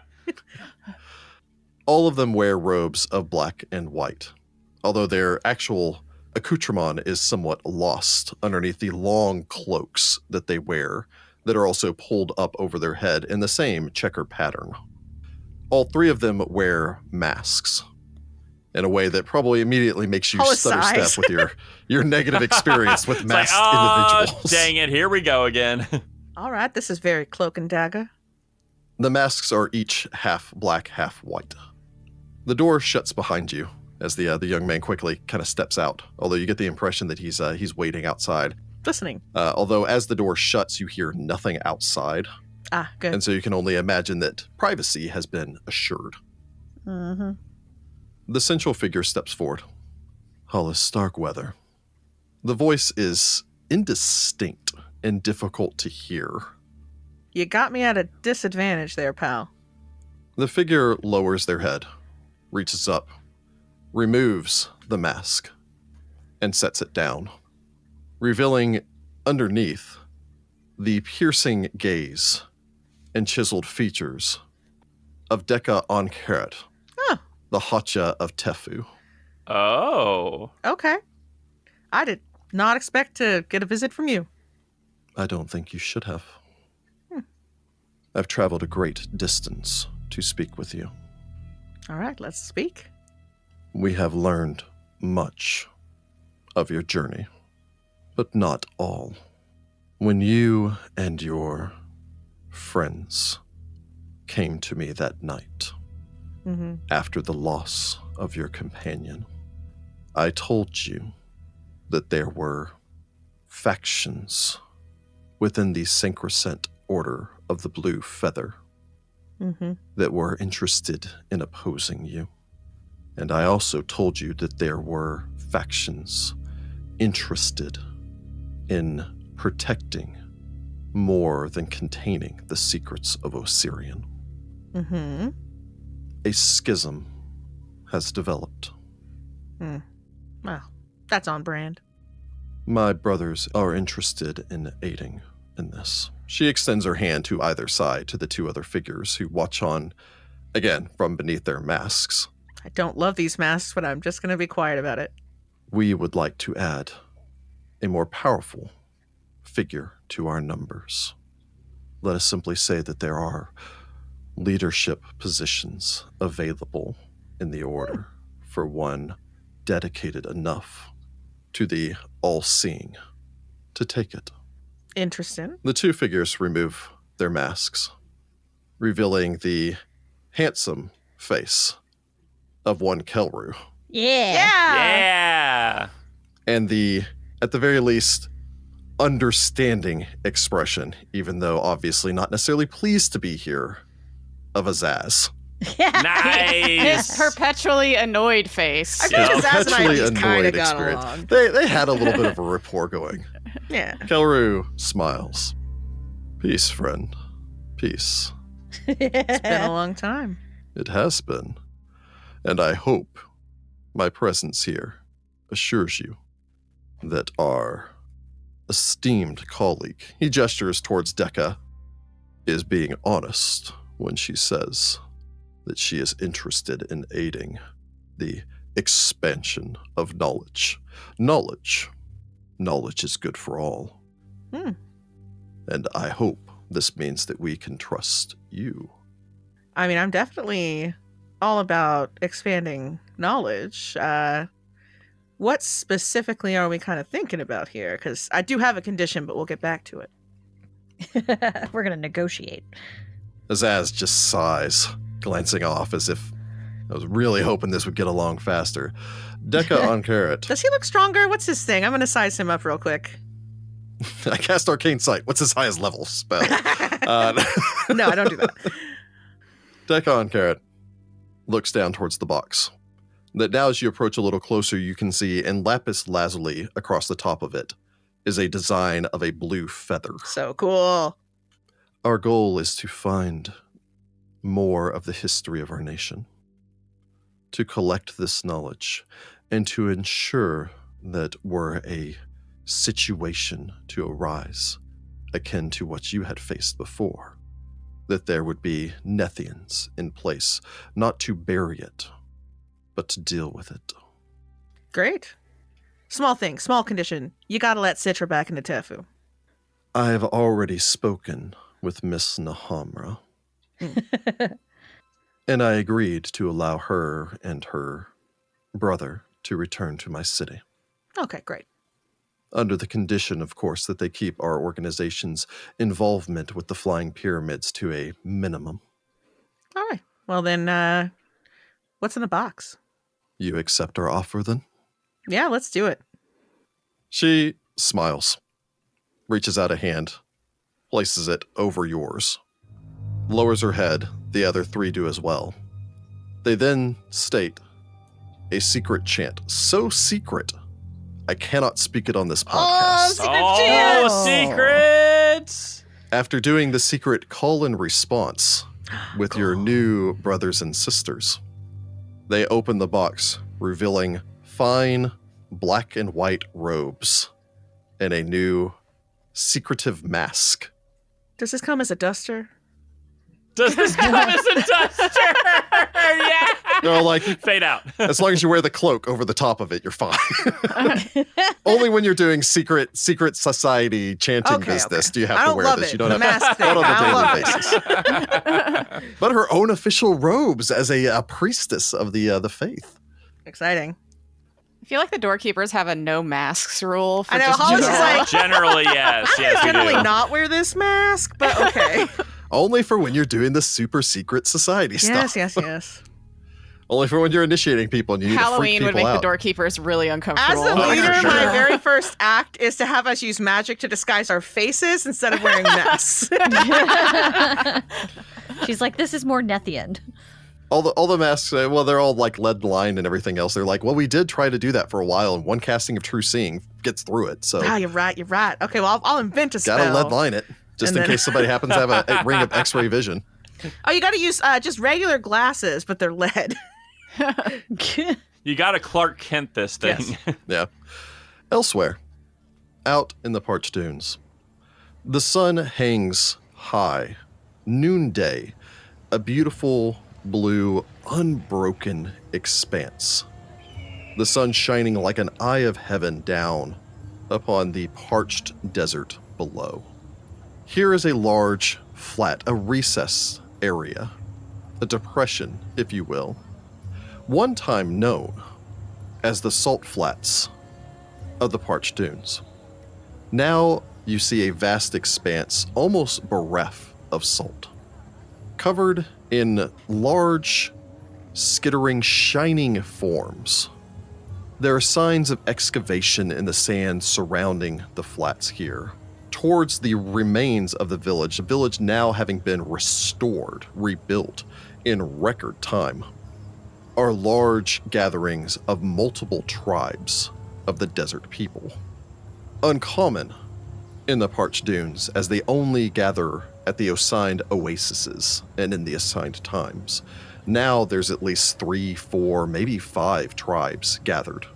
Not just of the desert nomads, like the Bekan and the other tribes of Osirian's desert, but also of the desert elves, the desert giants, even some amongst them of the Moftet tribes, standing on a rock almost overlooking this bluff, near a large tower, overlooking this depression that drops down at points some 15 feet, is Masika of the Bekan, watching as now you can see the shining figures are cat-sized clockwork beetles. Not quite scarabs, more of dung beetles, bunching and rolling up the salt as they clear out the flats into balls and rolling them over. Salt so precious as to almost be worth its own weight in gold, as you can see vast stacks of it lined up along the side, enough to make a single tribe the wealthiest tribe in all of the parched dunes. Salt's that All you had precious to do was commodity. separate salt from sand. And when you have little clockwork automatons to do it for you. Yep. These creatures continue to go about their business as Masika stands on the edge of the flats. Narmer sits nearby, occasionally watching, seeming like calculating, as he's just trying 1, 2, 3. What are you counting? I'm just trying to figure out, how many sand boats worth of salt we have. A lot? I'm going to say a lot. I think when we get back, we could build, a solid gold statue of maybe me, but probably you. Why? We don't need solid gold statues, Narmer. Think how cool it would look. You remember when we walked into, Hakotep's big burial chamber and, the entire floor was gold? Wouldn't that be cool? We don't need gold floors. We need, things for people to live with, like buildings. They could live with a gold statue. Businesses and trade and maybe an inn, Okay, all right. What about marble? Oh my god, maybe marble, okay? Maybe a marble statue. Okay, something to consider. Not pushing. Just saying. Seek a size. After a long moment, another figure arrives. One that the audience has never seen before. A tall man, short-cut black hair, falling down to just the nape of his neck. An immaculately trimmed black beard. The man steps up, lays a hand on Masika's shoulder, as he towers over her at just a smidge over 6 feet. Your clockwork friend is right. Oh my god, we do not need gold statues, Dad. Do not encourage him. I'm simply saying, saving your people, ridding the desert of a threat, those full explosive people. Yeah, well, they so killed that's you. where she got her mouth Yeah, from. they did kill me. Yeah, exactly, right? They killed you, and so I had to take care of it. Yeah. And I did. It just led to a way bigger problem than I initially, anticipated. And that's why I think a statue seems fair. I oh my god. Of all of us. Group Entire group. statue. As you look about, you can see the various tribes here. The Beacon having been here for months now since you returned and spoke with the 3 wise women. Having come back here and aided you in digging up the ancient machines and establishing an actual entrance into Chisasek's vault, wherein you'd found so many pieces that repairing the machines yourself had been almost too easy, as if there was something about its construction that just seemed intuitive to you. As you watch, a steady gathering of people begins to make their way forward, probably feeling a little nervous butterflies in the pit of your stomach at this point, since you did tell them noon today, as you look nervously down into the flats back out to them. Narmer, this is gonna work, right? Yes, I am 62% sure. That's better than half. As you watch, your sister and mother come over to join you. Your mother having not let your father out of sight for the last couple of months since you'd restored him back to life. That's fair. That's fair. That's fair. I mean, the dude was dead for a while. Yep. Like 6 years, yeah. Yeah. Not as long as Atsu, but still. Sage comes up, reaches down, scoops up Narmer, just kind of holds him. The 3 wise women come over to join you as well. Nahima gives you a smile, nod, seeing your nervousness, lays one tattooed hand on your shoulder, and gives it an appreciative squeeze. There's a shudder through your feet. And after a second, almost like an explosion, a massive clockwork worm bursts up from the ground, rears up to about 16 or 17 feet, and then just slides down onto the sand. Even from here, you can hear the grinding sound from its massive 3-jawed maw, filled with stone-breaking blades. A soft rumble goes through your feet, and then a few moments later, for perhaps the first time here in decades, centuries, a geyser of water bursts up from beneath the earth, and it rains in the parched dunes. You're making it as rain. it falls back down to the earth. Even from here, you can see the wide arch of the rainbow stretching up from where the light passes through the spray of water. Screams burst out from the crowds, people cheering. Children, you can see them rushing down, sliding down the embankment to run forward towards the geyser as the water sprays down and begins to coat the sand. They better be careful not to jump into the geyser. They're going to Just take a launch flying off trip. into space. I got. Masika probably jumps up and down, clapping her hands. Yep. Narmer's like, yes! 62%! Cheers run through everyone. Sage smiles, scooping Narmer and beginning to run down as she kind of like jumps and holds him over her head as he sort of more hang glider effects lowers her down. Like Link jumping off of a platform with a glider. Solid Rushes gliding. forward. After a couple of moments, even the adults begin to cheer, sliding down the embankment and heading down into the steady muddying area surrounding the crystal clear water that sprays up. Your father smiles, scoops an arm around your shoulder and hugs you tight, your mother on the opposite side. After a few moments, they watch Sage, especially as she like first bursts into there and like Narmer goes swimming into it and shooting out the top of the geyser, flying up into the air. You can very distantly hear, "Hear the world!" shouted from somewhere far away. I just said somewhere because I'm stuck in that voice. Hold on.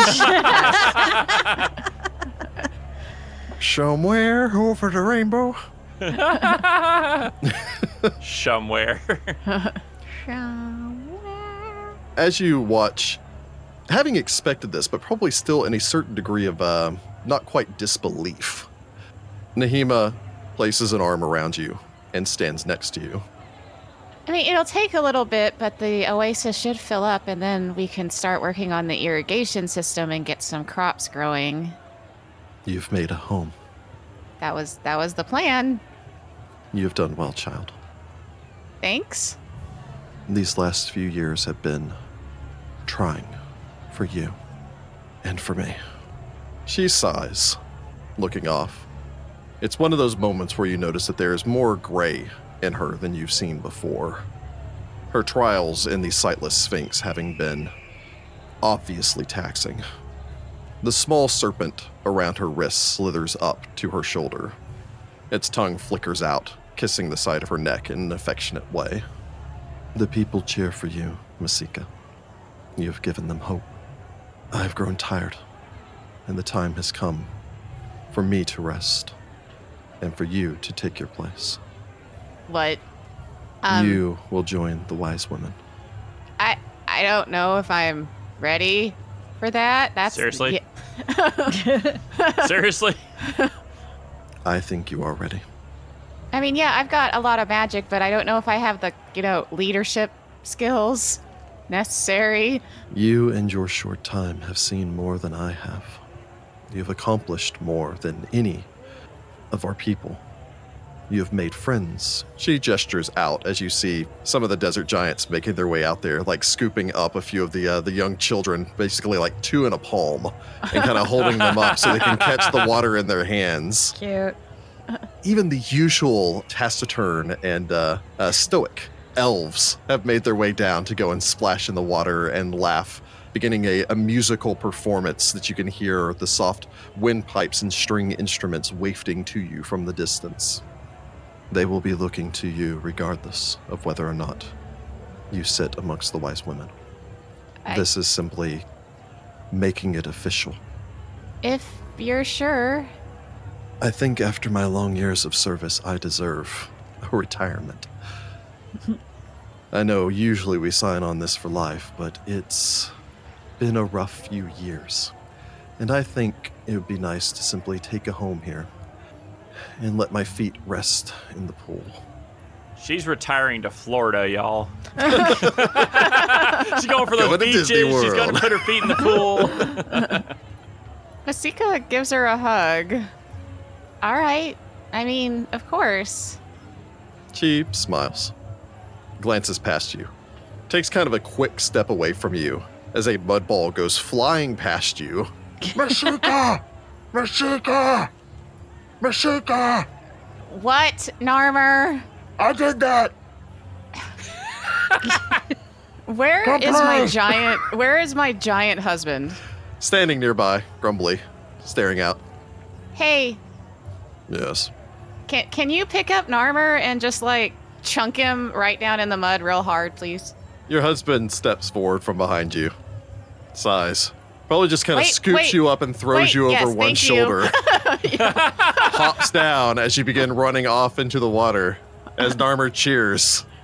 Happy to have you come play. And we cut away from there. Masika's gonna win, okay? And then there was one. Yep. A short time later, getting towards the tail end of Pharas now, an elevator slowly descends down into a dark stone shaft. 4 ropes extending up to a simple pulley system as it lowers this platform down, down, down into the earth. A much easier descent than the iron railings that would allow someone to climb down, that allowed Sitra and her friends to climb down some time back. Sitra, you stand here watching the pinprick of light overhead slowly fading as you reach the bottom of this shaft and step off into a well-lit vault. The passage ahead of you leads you into the dark depository. You enter into a wide chamber, a chamber where once you fought a massive bone golem, back when you'd come here on your first trip. Months have passed since you left the city of Tefu. And now, thanks to a brief, impassioned discussion and a small hint of blackmail, you have been allowed to return back to the city of Tefu after speaking to the Hatya Deka on Karat. Unbeknownst to you, now a sister of the Blue Order of the Blue Feather, with your own friend Hollis. I also put in a good word. All of this as a concession for keeping the secret of the Sacrosanct Order of the Blue Feather's involvement in the Flying Pyramid's attacks on Osirian. Especially considering your brother's knowledge of Nahamra and the Sacrosanct Order as well, even furthering and corroborating said evidence.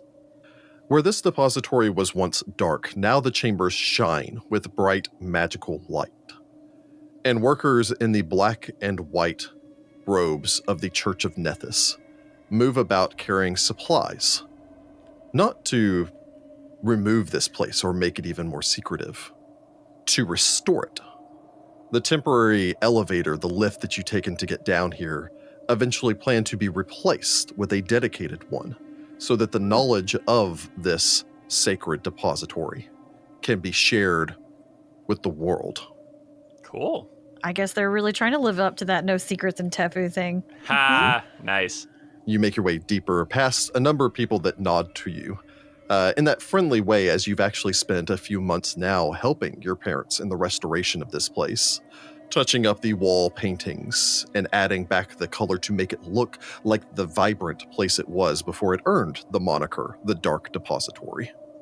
After a short time, you find your parents, the tall form of your father and the shorter form of your mother, looking over a table strewn with parchments, depictions of the wall writings, as they attempt to determine what color combination would work best to restore it, as well as your father's general knowledge pertaining towards engineering on how to ensure the structural safety of this place, considering the number you did.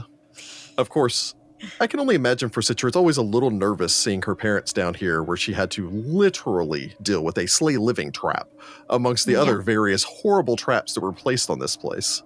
However, you were given the opportunity to scour the building for deadly traps before you allowed your parents back down here. That sounds right.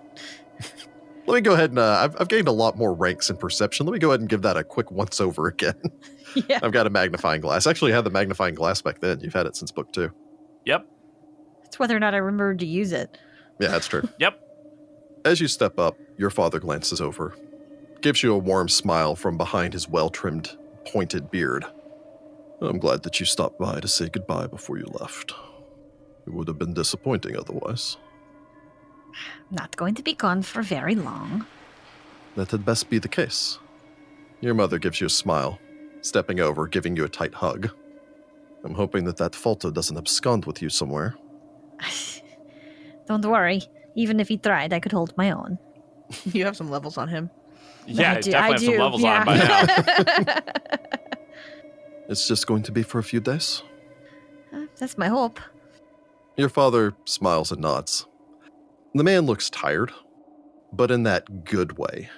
He has so much work to do now, as Decon Carrot, beyond just providing you access back to the city, seems to be really leaning into this idea of revitalizing Tefu, not just as a place of secrets, but also as a place of learning. Yeah.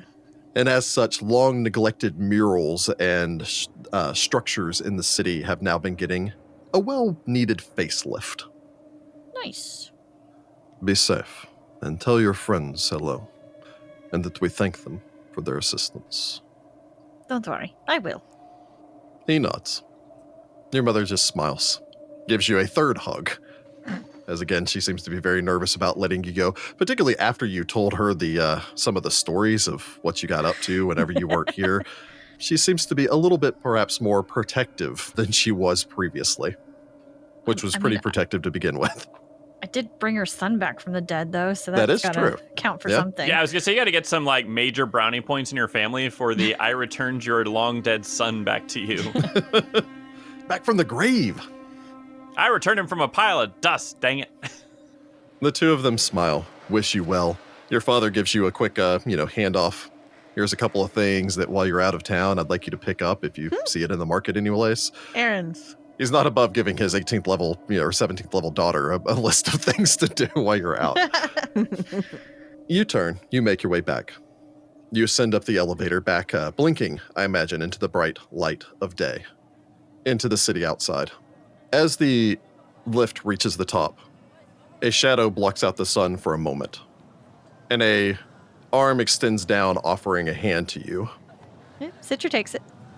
You're lifted unnecessarily out of the lift onto the platform as Falto smiles, takes back his hand, offers an arm, still dashing, resplendent in his weird combination of Osirian and Taldane style, which seems to somehow work for him. Somehow the comfortable loose shirt seems to blend perfectly with the half cape that he's recently adopted. It's the magic of the swashbuckler to make it all work. Yep. Pure It's got one of those hats that's pinned up on one side. Wow. Things go well? Yes. I think if my mother had her way, she would tie me down, though. To keep you from escaping? More to keep me from adventuring. Oh. Some of my stories may have, they were a little on the dangerous side for her taste. Of course, if you were tied down, it would actually be more dangerous for you because it'd be really hard to fight. But I understand where you're going from. Yes. Are we ready to go? I think so. He smiles, takes your hand, places his hand over yours as he begins to lead you down the alleyway as you make your way off deeper into Wadget's Walk, this area of the city of Tefu. The sun shines from above as you head down towards the end of the alley. Falto leans down. I was thinking, maybe, once we're done with this, and, of course I understand that your mother's a little paranoid about this, but maybe it would be fun to go on a little trip together. I promise to show you Absalom. There are camels there. I found out recently, despite the fact that earlier on I seemed to have no idea what a camel was. I mean, every bit of the world is different. And my mother will learn to deal with it. I mean, she can't help but be protective. She's my mother. I understand. But, it'd be nice to introduce you to my old stomping grounds and show off to all the people that always said that I wouldn't amount to what I am now. World-traveling adventurer. Also, I should really figure out what's going on with my father. He's gone back to talk to the Pathfinders, so that'd be nice to go back there and figure out what's going on there. That would be a good idea. These Pathfinders, I always hear so much about them, but they have a very bad reputation around here. It's fair. I should really learn some sort of magic, maybe to send things to, kind of like you do. Not the brainy kind of magic, because that doesn't really seem to be my forte, but from what I understand, if you have a charming enough smile, you can blast magic out of your hands. So maybe something like that. And a bloodline. And a bloodline. Or a bard Or I guess, or musical talent. Hollis did leave me with quite a few notes that I am supposed to study before I see her again.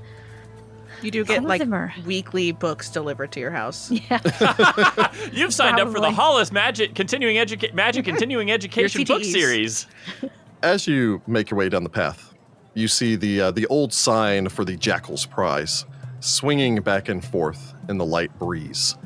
The large building off towards the side, having been restructured, rebuilt, where once it was for lack of a better term, just a derelict building that the children of Tefu, some of these street waifs, had found, now completely reconstructed, with no small amount of funds from yourself, into Tefu's first orphanage. Nice. As you begin to make your way past, you can see an instructor up front, one that you had also helped fund, although now that this is more of a public work, you have been in contact with the Hatya and discussions with her, as well as an anonymous donation, although judging by the writing on the anonymous donation, it would seem that the fan bearer of the Pharaoh was rather interested in making certain that you were aware that that's where the donation was coming from. Because she really doesn't do anything for free. Thank hey, you, Mama Mama Nafra. Nafra. Here you see an instructor having set up a number of pottery wheels, with a fair number of children learning this useful and marketable skill. Some of them much more so than others, as some of them spin it way too fast, seemingly in an effort to see if they can sling off the clay onto the other students nearby, some of them with a greater degree of attention. However, even as you're watching them work under the gaze of the old statue of Anubis that had led you to the Dark Depository, you can see the thin figure, the short-cut black hair of Neef, as they just kind of snap their finger in the direction of any of the children misbehaving, who very quickly begin to follow suit with their older sibling, as Neef has taken up a position almost akin to a teacher's assistant in all of these classes, making certain that these street kids know to stay on the straight and narrow when the teacher's here. Teacher's assistant and part-time enforcer Nice. of Yep. discipline. They stop, give you a smile as you approach.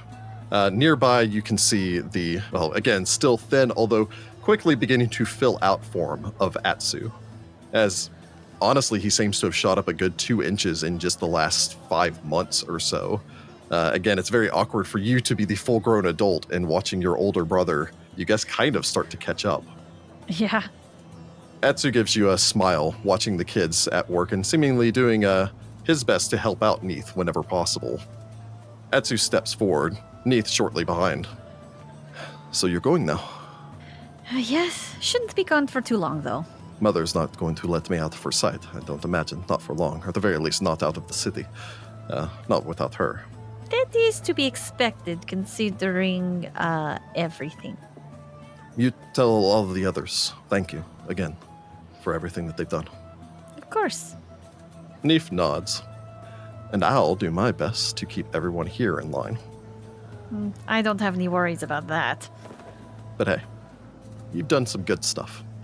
Of course, having arrived, you'd already found that Neef had invested the 10 gold pieces that you'd give them back in the day to even start to move things along in this direction. Oh, However, being able to show up and drop a couple thousand gold pieces definitely oils the will a great deal as far as the city's concerned in getting some project like this approved. Neef kind of awkwardly shuffles their feet before stepping forward and giving you a hug. Citra definitely hugs them back.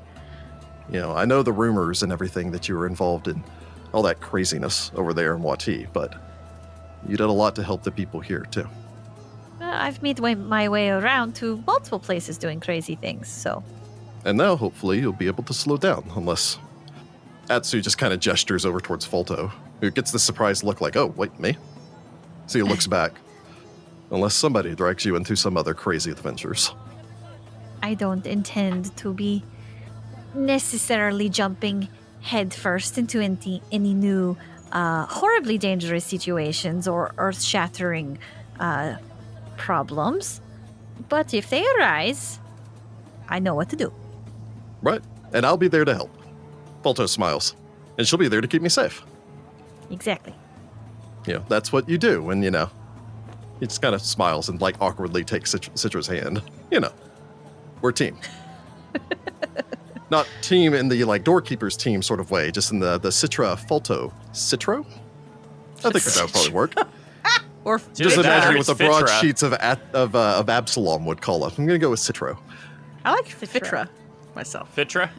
Fitra? Or Oh, Faltra? boy. Faltra, maybe. Faltra? Yeah, Faltra. Faltra's That's pretty kind of a cool good. name. That's going to be the kid's name if you'll ever get married. Faltra. Atsu Faltra, no. rolls his eyes, stepping out of the way, before Neef jabs him in the side, reaching down and actually taking Atsu's hand as well. I mean, Oh. So many couples. Well, I will leave the two of you to have fun. But not too much fun. There's not too much fun. Yes. The appropriate amount of fun. You know? Atsu makes a bit of a face, although is trying his best to not let his face reflect the redness that is showing in his ears. Neef just shakes their head, leans over, gives him a peck on the cheek. He then just kind of storms off, much to the cat calls and cheers and all the rest of that from the school children who've been watching this exchange, whispering to one another in the whole like, Neef's got a boyfriend sort of way. Neef picks up a thing of clay and hurls it at the closest child. I will say this transition from little sister to older sister, it is a lot more fun.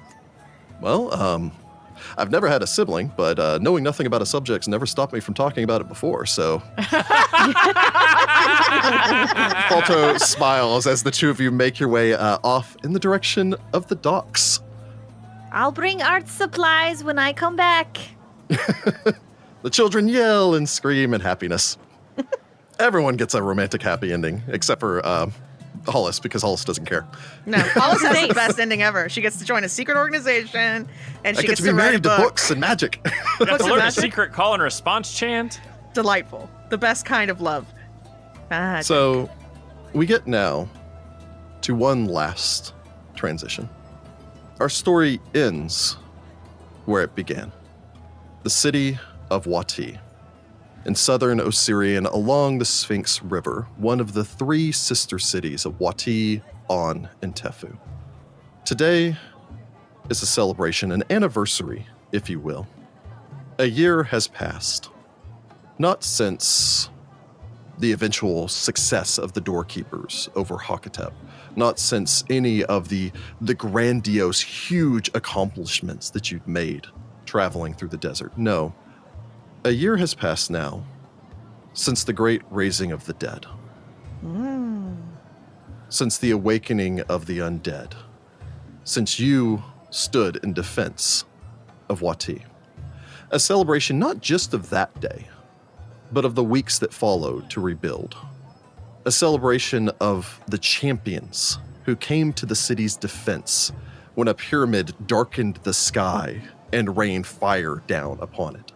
The champions who safeguarded the city and even brought low said massive pyramid, which has, in essence, eternally changed the skyline of the city.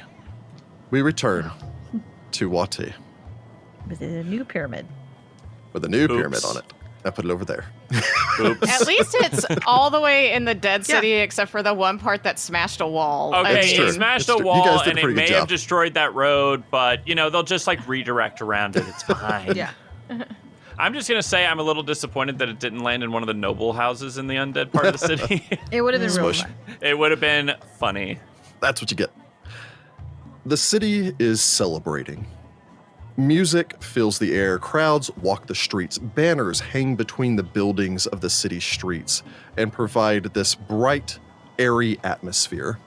Here, towards the center of the city, stands the Sunburst Market.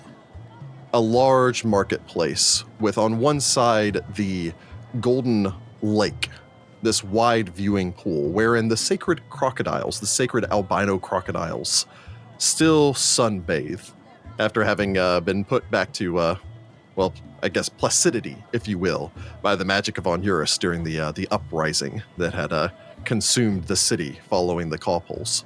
Overlooking this is the Grand Mausoleum, a shining edifice. A platform has been erected there near the Golden Lake. A new platform much akin to the one that had stood there during the lottery so many months, a year ago now. So much time having passed, but it seems like so little. All of you have shown here for your own celebration. The city's recognition of the Doorkeepers and what the 6 heroes that have stood underneath that banner represented for the city. Sudi, you were the first to arrive. As I was in the original episode. Yep. But this time I'm not wearing a bunch of rope. I'm going to say that. Just You've a normal made your amount. way, just a normal amount of rope. Sudi, you'd arrived early and gone and spoken with, of course, your old friends in the form of Septi the Crocodile and Shepus, who had trained and instructed you, and maybe even picked up from him like a couple of training manuals and all the rest of that, because you're not used to running a military organization, which you I know, kind of it's are like now. do you have anything like, how to use a Khopesh? Because like that was never really my thing, So, does it have like a little scroll that has like the little positions of the sword? Can we do an instructor exchange? Running a religious organization for dummies. So you want to start a militarized religious organization. So, Sudi, you step out onto the wide steps of the Temple of Pharasma. The wind blowing across, your black coat shining, resplendent in the midday sun. Again, covered with only a respectable amount of rope, not a massive amount of rope, as you were the first time you came out here. Not like a ball of rope walking down. I think it was only 50 feet the first It time was also. literally I think only you have the 50 feet of exact same rope. amount of rope, but now you have a magical place to store it, as opposed Yep. to before. Yep, so I just have a little bag. Yep. As you make your way down, you are shortly joined by Masika. Masika, you sailed your sand boat across the parched dunes. Sudi having gone separately since he came back here with, his beloved Idris, even though you could have offered him a ride, but apparently he didn't want it. Especially because you have a sand boat and also you can control wind, so you can make it super fast if you so wish. I dragged my husband with me, whether Yeah. he wanted to come or not. And armor is always there. So And armor. Maybe Sage tagged along. Yeah. Did that whole thing of freaking out the people whenever you just kind of like sailed your boat right up to the city, hopped off, and then collapsed it into a thing, stuffed it in your pocket, as the Yep. fishermen watched on jealously from the river's bank. the guards are just looking at you like, what in the world did we just witness? Magic. But again, everyone here knows you. As you make your way forward, for the first time in months now, you see Sudi making his way down the stairs. Masika would start to jog forward, though I'm sure Narmer cannonballs directly into Sure, Sudi. probably. Norma! Yeah! Masika! My immortal friend! Then rushes forward and hugs you. Shirley, look at all Sudi. these rocks I found. You could make so many stones with them for your people. Huh. We'll look at these after the ceremony. He's been collecting pretty rocks for you, Sudi. That's creepy. Very conscientious of you, Narmer. I appreciate it. Like a penguin. Oh, and also look at Stinger. He then gestures over. Stinger is now like 3 feet long as the crocodile is steadily And growing. is also awakened at this point, Hello. because I made a promise. Hello, Sudi. Oh, you actually did the thing that make it the talk. Yeah, you can Yeah, talk I to me made a directly. promise. I'm down here. And Narmer would not let me live it down. No one listens to me. I'm listening, Stinger. Yes, sure. Masika reaches down and pats him. Yes. And probably picks him up like a cat because, he's just like He's a about as 3-foot long as a caiman. cat, right? Yes. I spend most of my days swimming around inside of the oasis now. I'm doing my part, as I did whenever I was traveling with you, to aid you and your companions in your epic journey. Now I safeguard the oasis. And Apparently, he remembers Mostly. everything. yes, everything. I knew all. I've seen far more than I probably should have for a creature of my age. Do you want to meet the albino crocodiles? They have them in the pool over there. I would like to go over there and talk to them. That would be quite pleasant. I spend most of my days safeguarding children like a glorified lifeguard on the edge of the oasis, which is honestly fairly enjoys fun. it. Yes. They oftentimes use me as one of like those pool tube sort of things. They just kind of lounge over my back. Well, if you enjoy what you do, you never work a day in your life. It's true. I very rarely feel the urge to death roll, and that's mostly, when I'm just playing around. I think it's an instinctual urge. Every once in a while, I slap them with my tail, but I don't have a stinger anymore, so it's fine. I told you he enjoyed our journeys together. And you were right. You can also talk to the Tooth and Hookah Shockingly. guy. The little Tooth and Hookah boy. Oh yeah, go meet the tooth and hookah cracking out. It's true. Masika, I guess, will lead the way over to the pool, just so Stinger can Yep, Stinger be slides near in. water. Narmer introduces everyone. As this is going, there's probably a shout and a flash as Hollis steps out of thin air. Yeah, that As you're sounds not used about to being on this end of the teleportation, where it's just suddenly boom, wizard. I like true. that. Like Sudi just looks at that and goes, "Oh, that's what it was looking like." I always did wonder what it looked like when we just appeared. Look around. Sudi will wave, just like bringing up an arm. Oh, nice. I hustle on over. Hi, Hollis. I finished my book. I finished it, and I brought all y'all a copy. This is big. This is I huge. immediately pull out like a 1,000-page book and give each of you a This is huge. 1,000-page This is like the book. biggest book I've ever seen. Well, it's got all the stuff in it. Well, except for the stuff we're not allowed to say. I look at Masika, you know what I mean, and stuff that just didn't feel like a good idea to include. Give one another pointed look. Where's Sitra? She's not here yet. Ah, okay. Well, fine. I put her book back. Pretty much shortly after you say that, you probably notice the flamboyant Falto before you notice Sitra as Falto makes his Oh, way wait. forward. Here comes Big, Falto. So never big Citra's dramatic probably, half cloak pull it back billowing out. in the wind. so Citra's probably with him. Yeah, Sitra. Therapy. Of course, I say that. However, I think if Citra's packing all of her gear and everything else, she's covered in like gold bling and various magic items and all the rest of that. So, I'm just arcane sight. oh my god, the pain. So, so much bright. magic. Hello, everyone. Welcome back to Wati, everyone. I mean, I wasn't here for very long, just when we knocked a pyramid out of the sky. So at least this time we're not in such a hurry. It's nice. We'll Masika take you to kinda the looks bar. around. The tavern is good. Apparently, there's some ceremony or something. It's going to be Oh. very awkward. Yeah. I mean, that is why we were all invited, right? Yes. It's going to be a whole thing. I got you a book too. I give it to Sitra. I'm gonna need help with illustrations, but we'll talk about that later. Oh, you do realize you've sent me at least 20 or so books in the last few months. Oh, do you need more books? I have to finish these first. Okay, well, it's this a one lot is yours. harder to do the magic when I don't see you do it first. Like just reading it and then doing, not easy. Well, I invited you to Co, and I invited you on the Sarathet thing, but you were busy. I had things to do in Tefu. All right, well. Family things. Hey, Hollis. No, huh? I didn't bring you a book because I didn't know you would be here. I don't know how long these mortal relationships last. Mortal. that's I'm that's mortal. perfectly Do you know fair. what I mean? People usually just assume I can't read, which is wrong. But I'm sure people you do can make that really assumption. rude. It is very rude. Thank you. I mean, if they had assumed that at me about a year ago, I would have probably been like, yeah, I don't really read. There's a difference between don't and can't. I gotten better. It's There's true. a lot of stuff to read in the Black Vein. Oh, My father once very told nice. me that a person that doesn't read only lives one life, but a person that reads lives 1,000. exactly. Ooh, I'm gonna mean, remember that. that That's is a great true. aphorism. Yeah, write it down somewhere. So and he you can like read it actually later. reaches down, pulls out like a little scroll, and he has like a little ink pot, and he like makes a quick note of that and writes that down. At the top in big childlike scroll, it just says "Wise sayings for students." Yes, exactly. So he writes down all his aphorisms. Oh, I got his one for students. time and effort or something. And this must be Idris. We have heard a lot about her. Hello. Yes. Yes, this is Idris Idris. awkwardly kind of waves. And Idris, what we I mean have- by a lot is like none at all because you barely talked about her for the last 6 books. We don't talk about that. Masika waves. That's so Sarah. He's my husband. He's just gonna grunt occasionally. also He's doesn't not very talk a lot. talkative. So obviously that's Masika and Narmer. That's Hollis with the flashy magic, Sitra, and Falto. I tip Oh, my and hat. that's Stinger. Oh, and apparently, yeah, Stinger Jr. Yeah, the name doesn't make any sense because he used to be a scorpion and then he got turned into a crocodile. Long story. Yes, I'm very intelligent now. I narrow my eyes at the little crocodile, and I make sure that Sugar's like on my shoulder. I just want to say, I remember everything. I don't So- know what she got up to.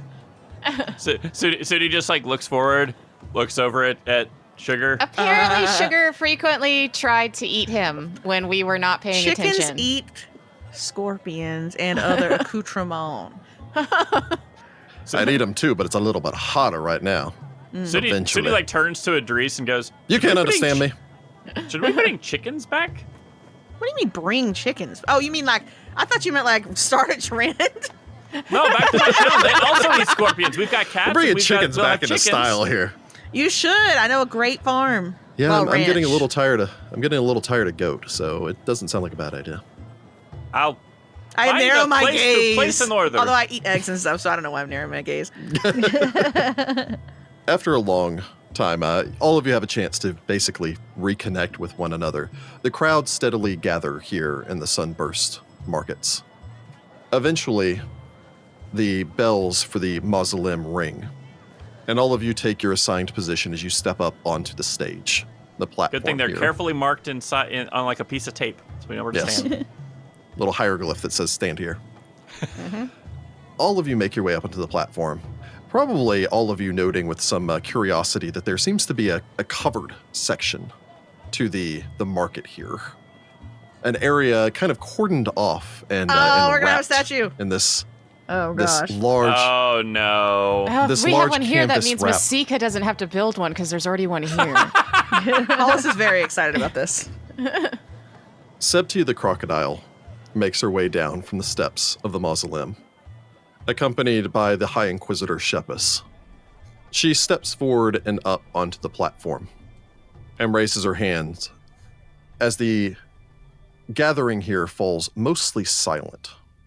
Thank you all for joining us.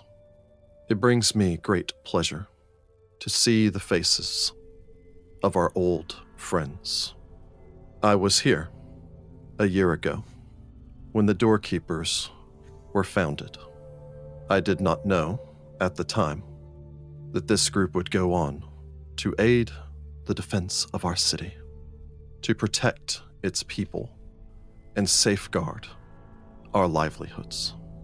When the dead rose up, it was the Doorkeepers, Onuris, Sagira Maibe, Sitra Nahamra, and Sudi Kontar, who fought in defense of our city and ended the threat of the undead. There were many who fought upon the walls, and many others who bled in defense of our city. Hollis Starkweather amongst their number. Then, when we had just begun to rebuild, a new threat appeared. Wati was the first to fall under the angled shadows of the flying pyramids, but not the only, as these pyramids threatened all of Osirian. When we called for aid, the Doorkeepers came, and they fought and rescued us, minimizing the loss of life and even putting their own lives at risk to bring the pyramid down. She gestures off towards the east, where the pyramid can still be seen above the skyline of the city. Yeah, I'm sure they fixed the crater where Sitra landed. Yeah, it's been patched up. It's actually part of that area that's cordoned off over there. They put a little plaque up to commemorate. It's a tourist destination now. It would It be just in real goes to life. show that one poor save doesn't have to ruin a character. Oh my. The memories of people are short. Many things have passed beyond our knowledge, our memory. Threats that rise up out of the eons, because none remember. In Osirian, we safeguard our history, and we wish that none should forget the accomplishments of these heroes. And so I gift to you a memorial. She gestures with a hand. The canvas surrounding this portion of the market drops, revealing not a statue, Oh. but a 20-foot-high obelisk, Rad. Okay. carved in hieroglyphs, telling the story of Onuris, Sagira, Sitra, Sudi, Hollis, and Masika, down the entirety of its face. Cool. On one side in the ancient Osiriani hieroglyphs, on a second face in the modern Osiriani hieroglyphs, on a third in the language, the common tongue of Taldane, and on a fourth in the various languages of the elemental planes. Cool. Orn, Ingen, Terran, Aquin. Cool. Like your own Rosetta Stone, if you will. That's Standing awesome. proud across that the side of That's this so obelisk. cool. That's way better than a statue. Cheers erupt from the crowd as people make their way over to view this, as you're going to only assume that they've been constructing it in secret behind this canvas. Although, again, having been a street kid here, Sudi, I'm certain you're like, I know some of the street kids peek their heads in there. Oh, yeah, for sure.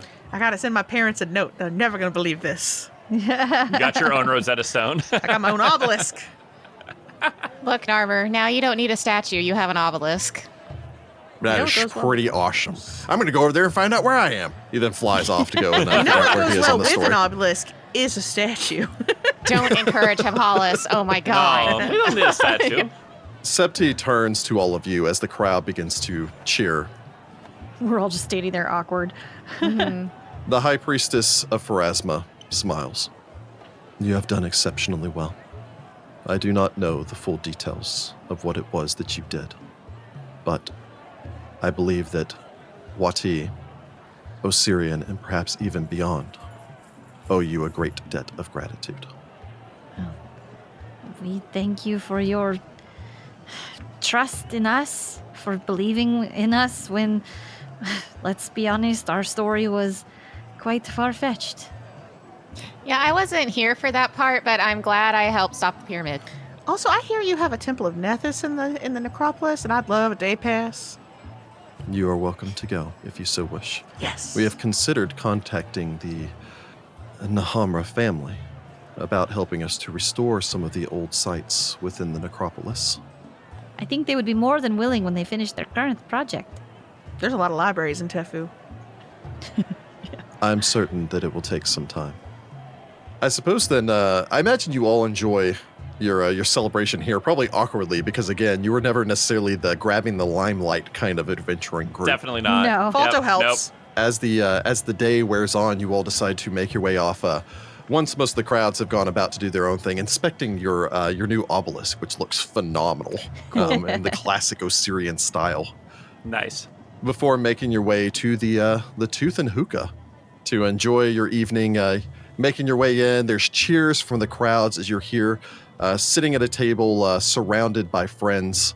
Marin is here with some of the dog soldiers as they've come back. Kelru and Azaz have shown up. I give them a hello. Yeah. Fancy seeing you here. Yeah, they get, And then like a cheeky wink. Hello, You're like, yes. yeah.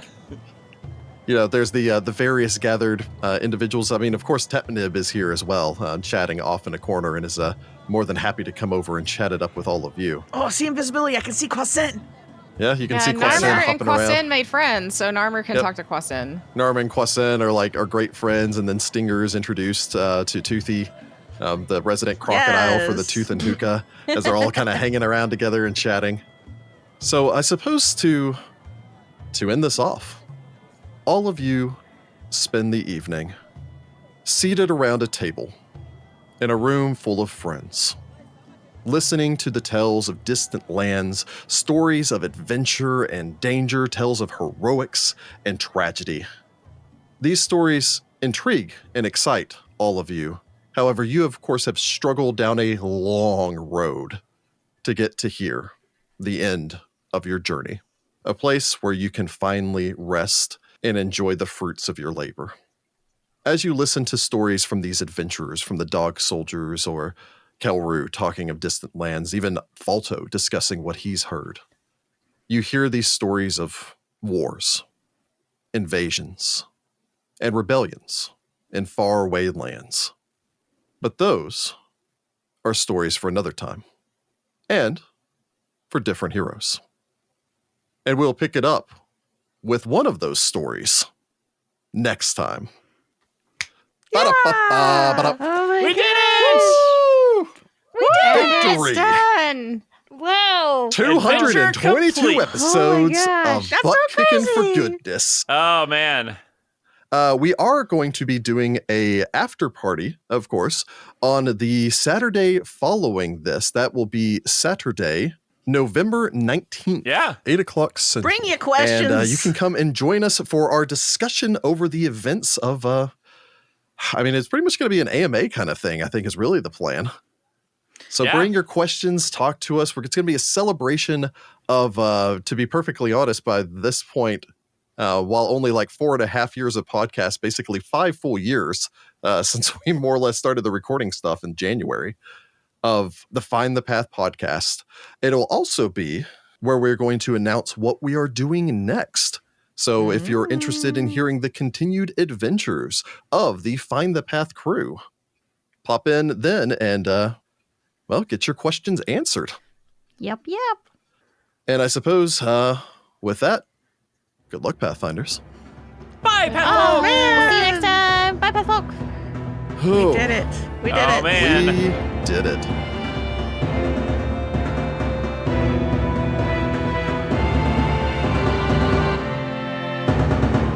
Find the Path Ventures is an officially licensed partner of Paizo Incorporated. Mummy's Mask is copyright 2014. Mummy's Mask and the Pathfinder Adventure Path are trademarks of Paizo. All Pathfinder images are property of Paizo and are used with permission.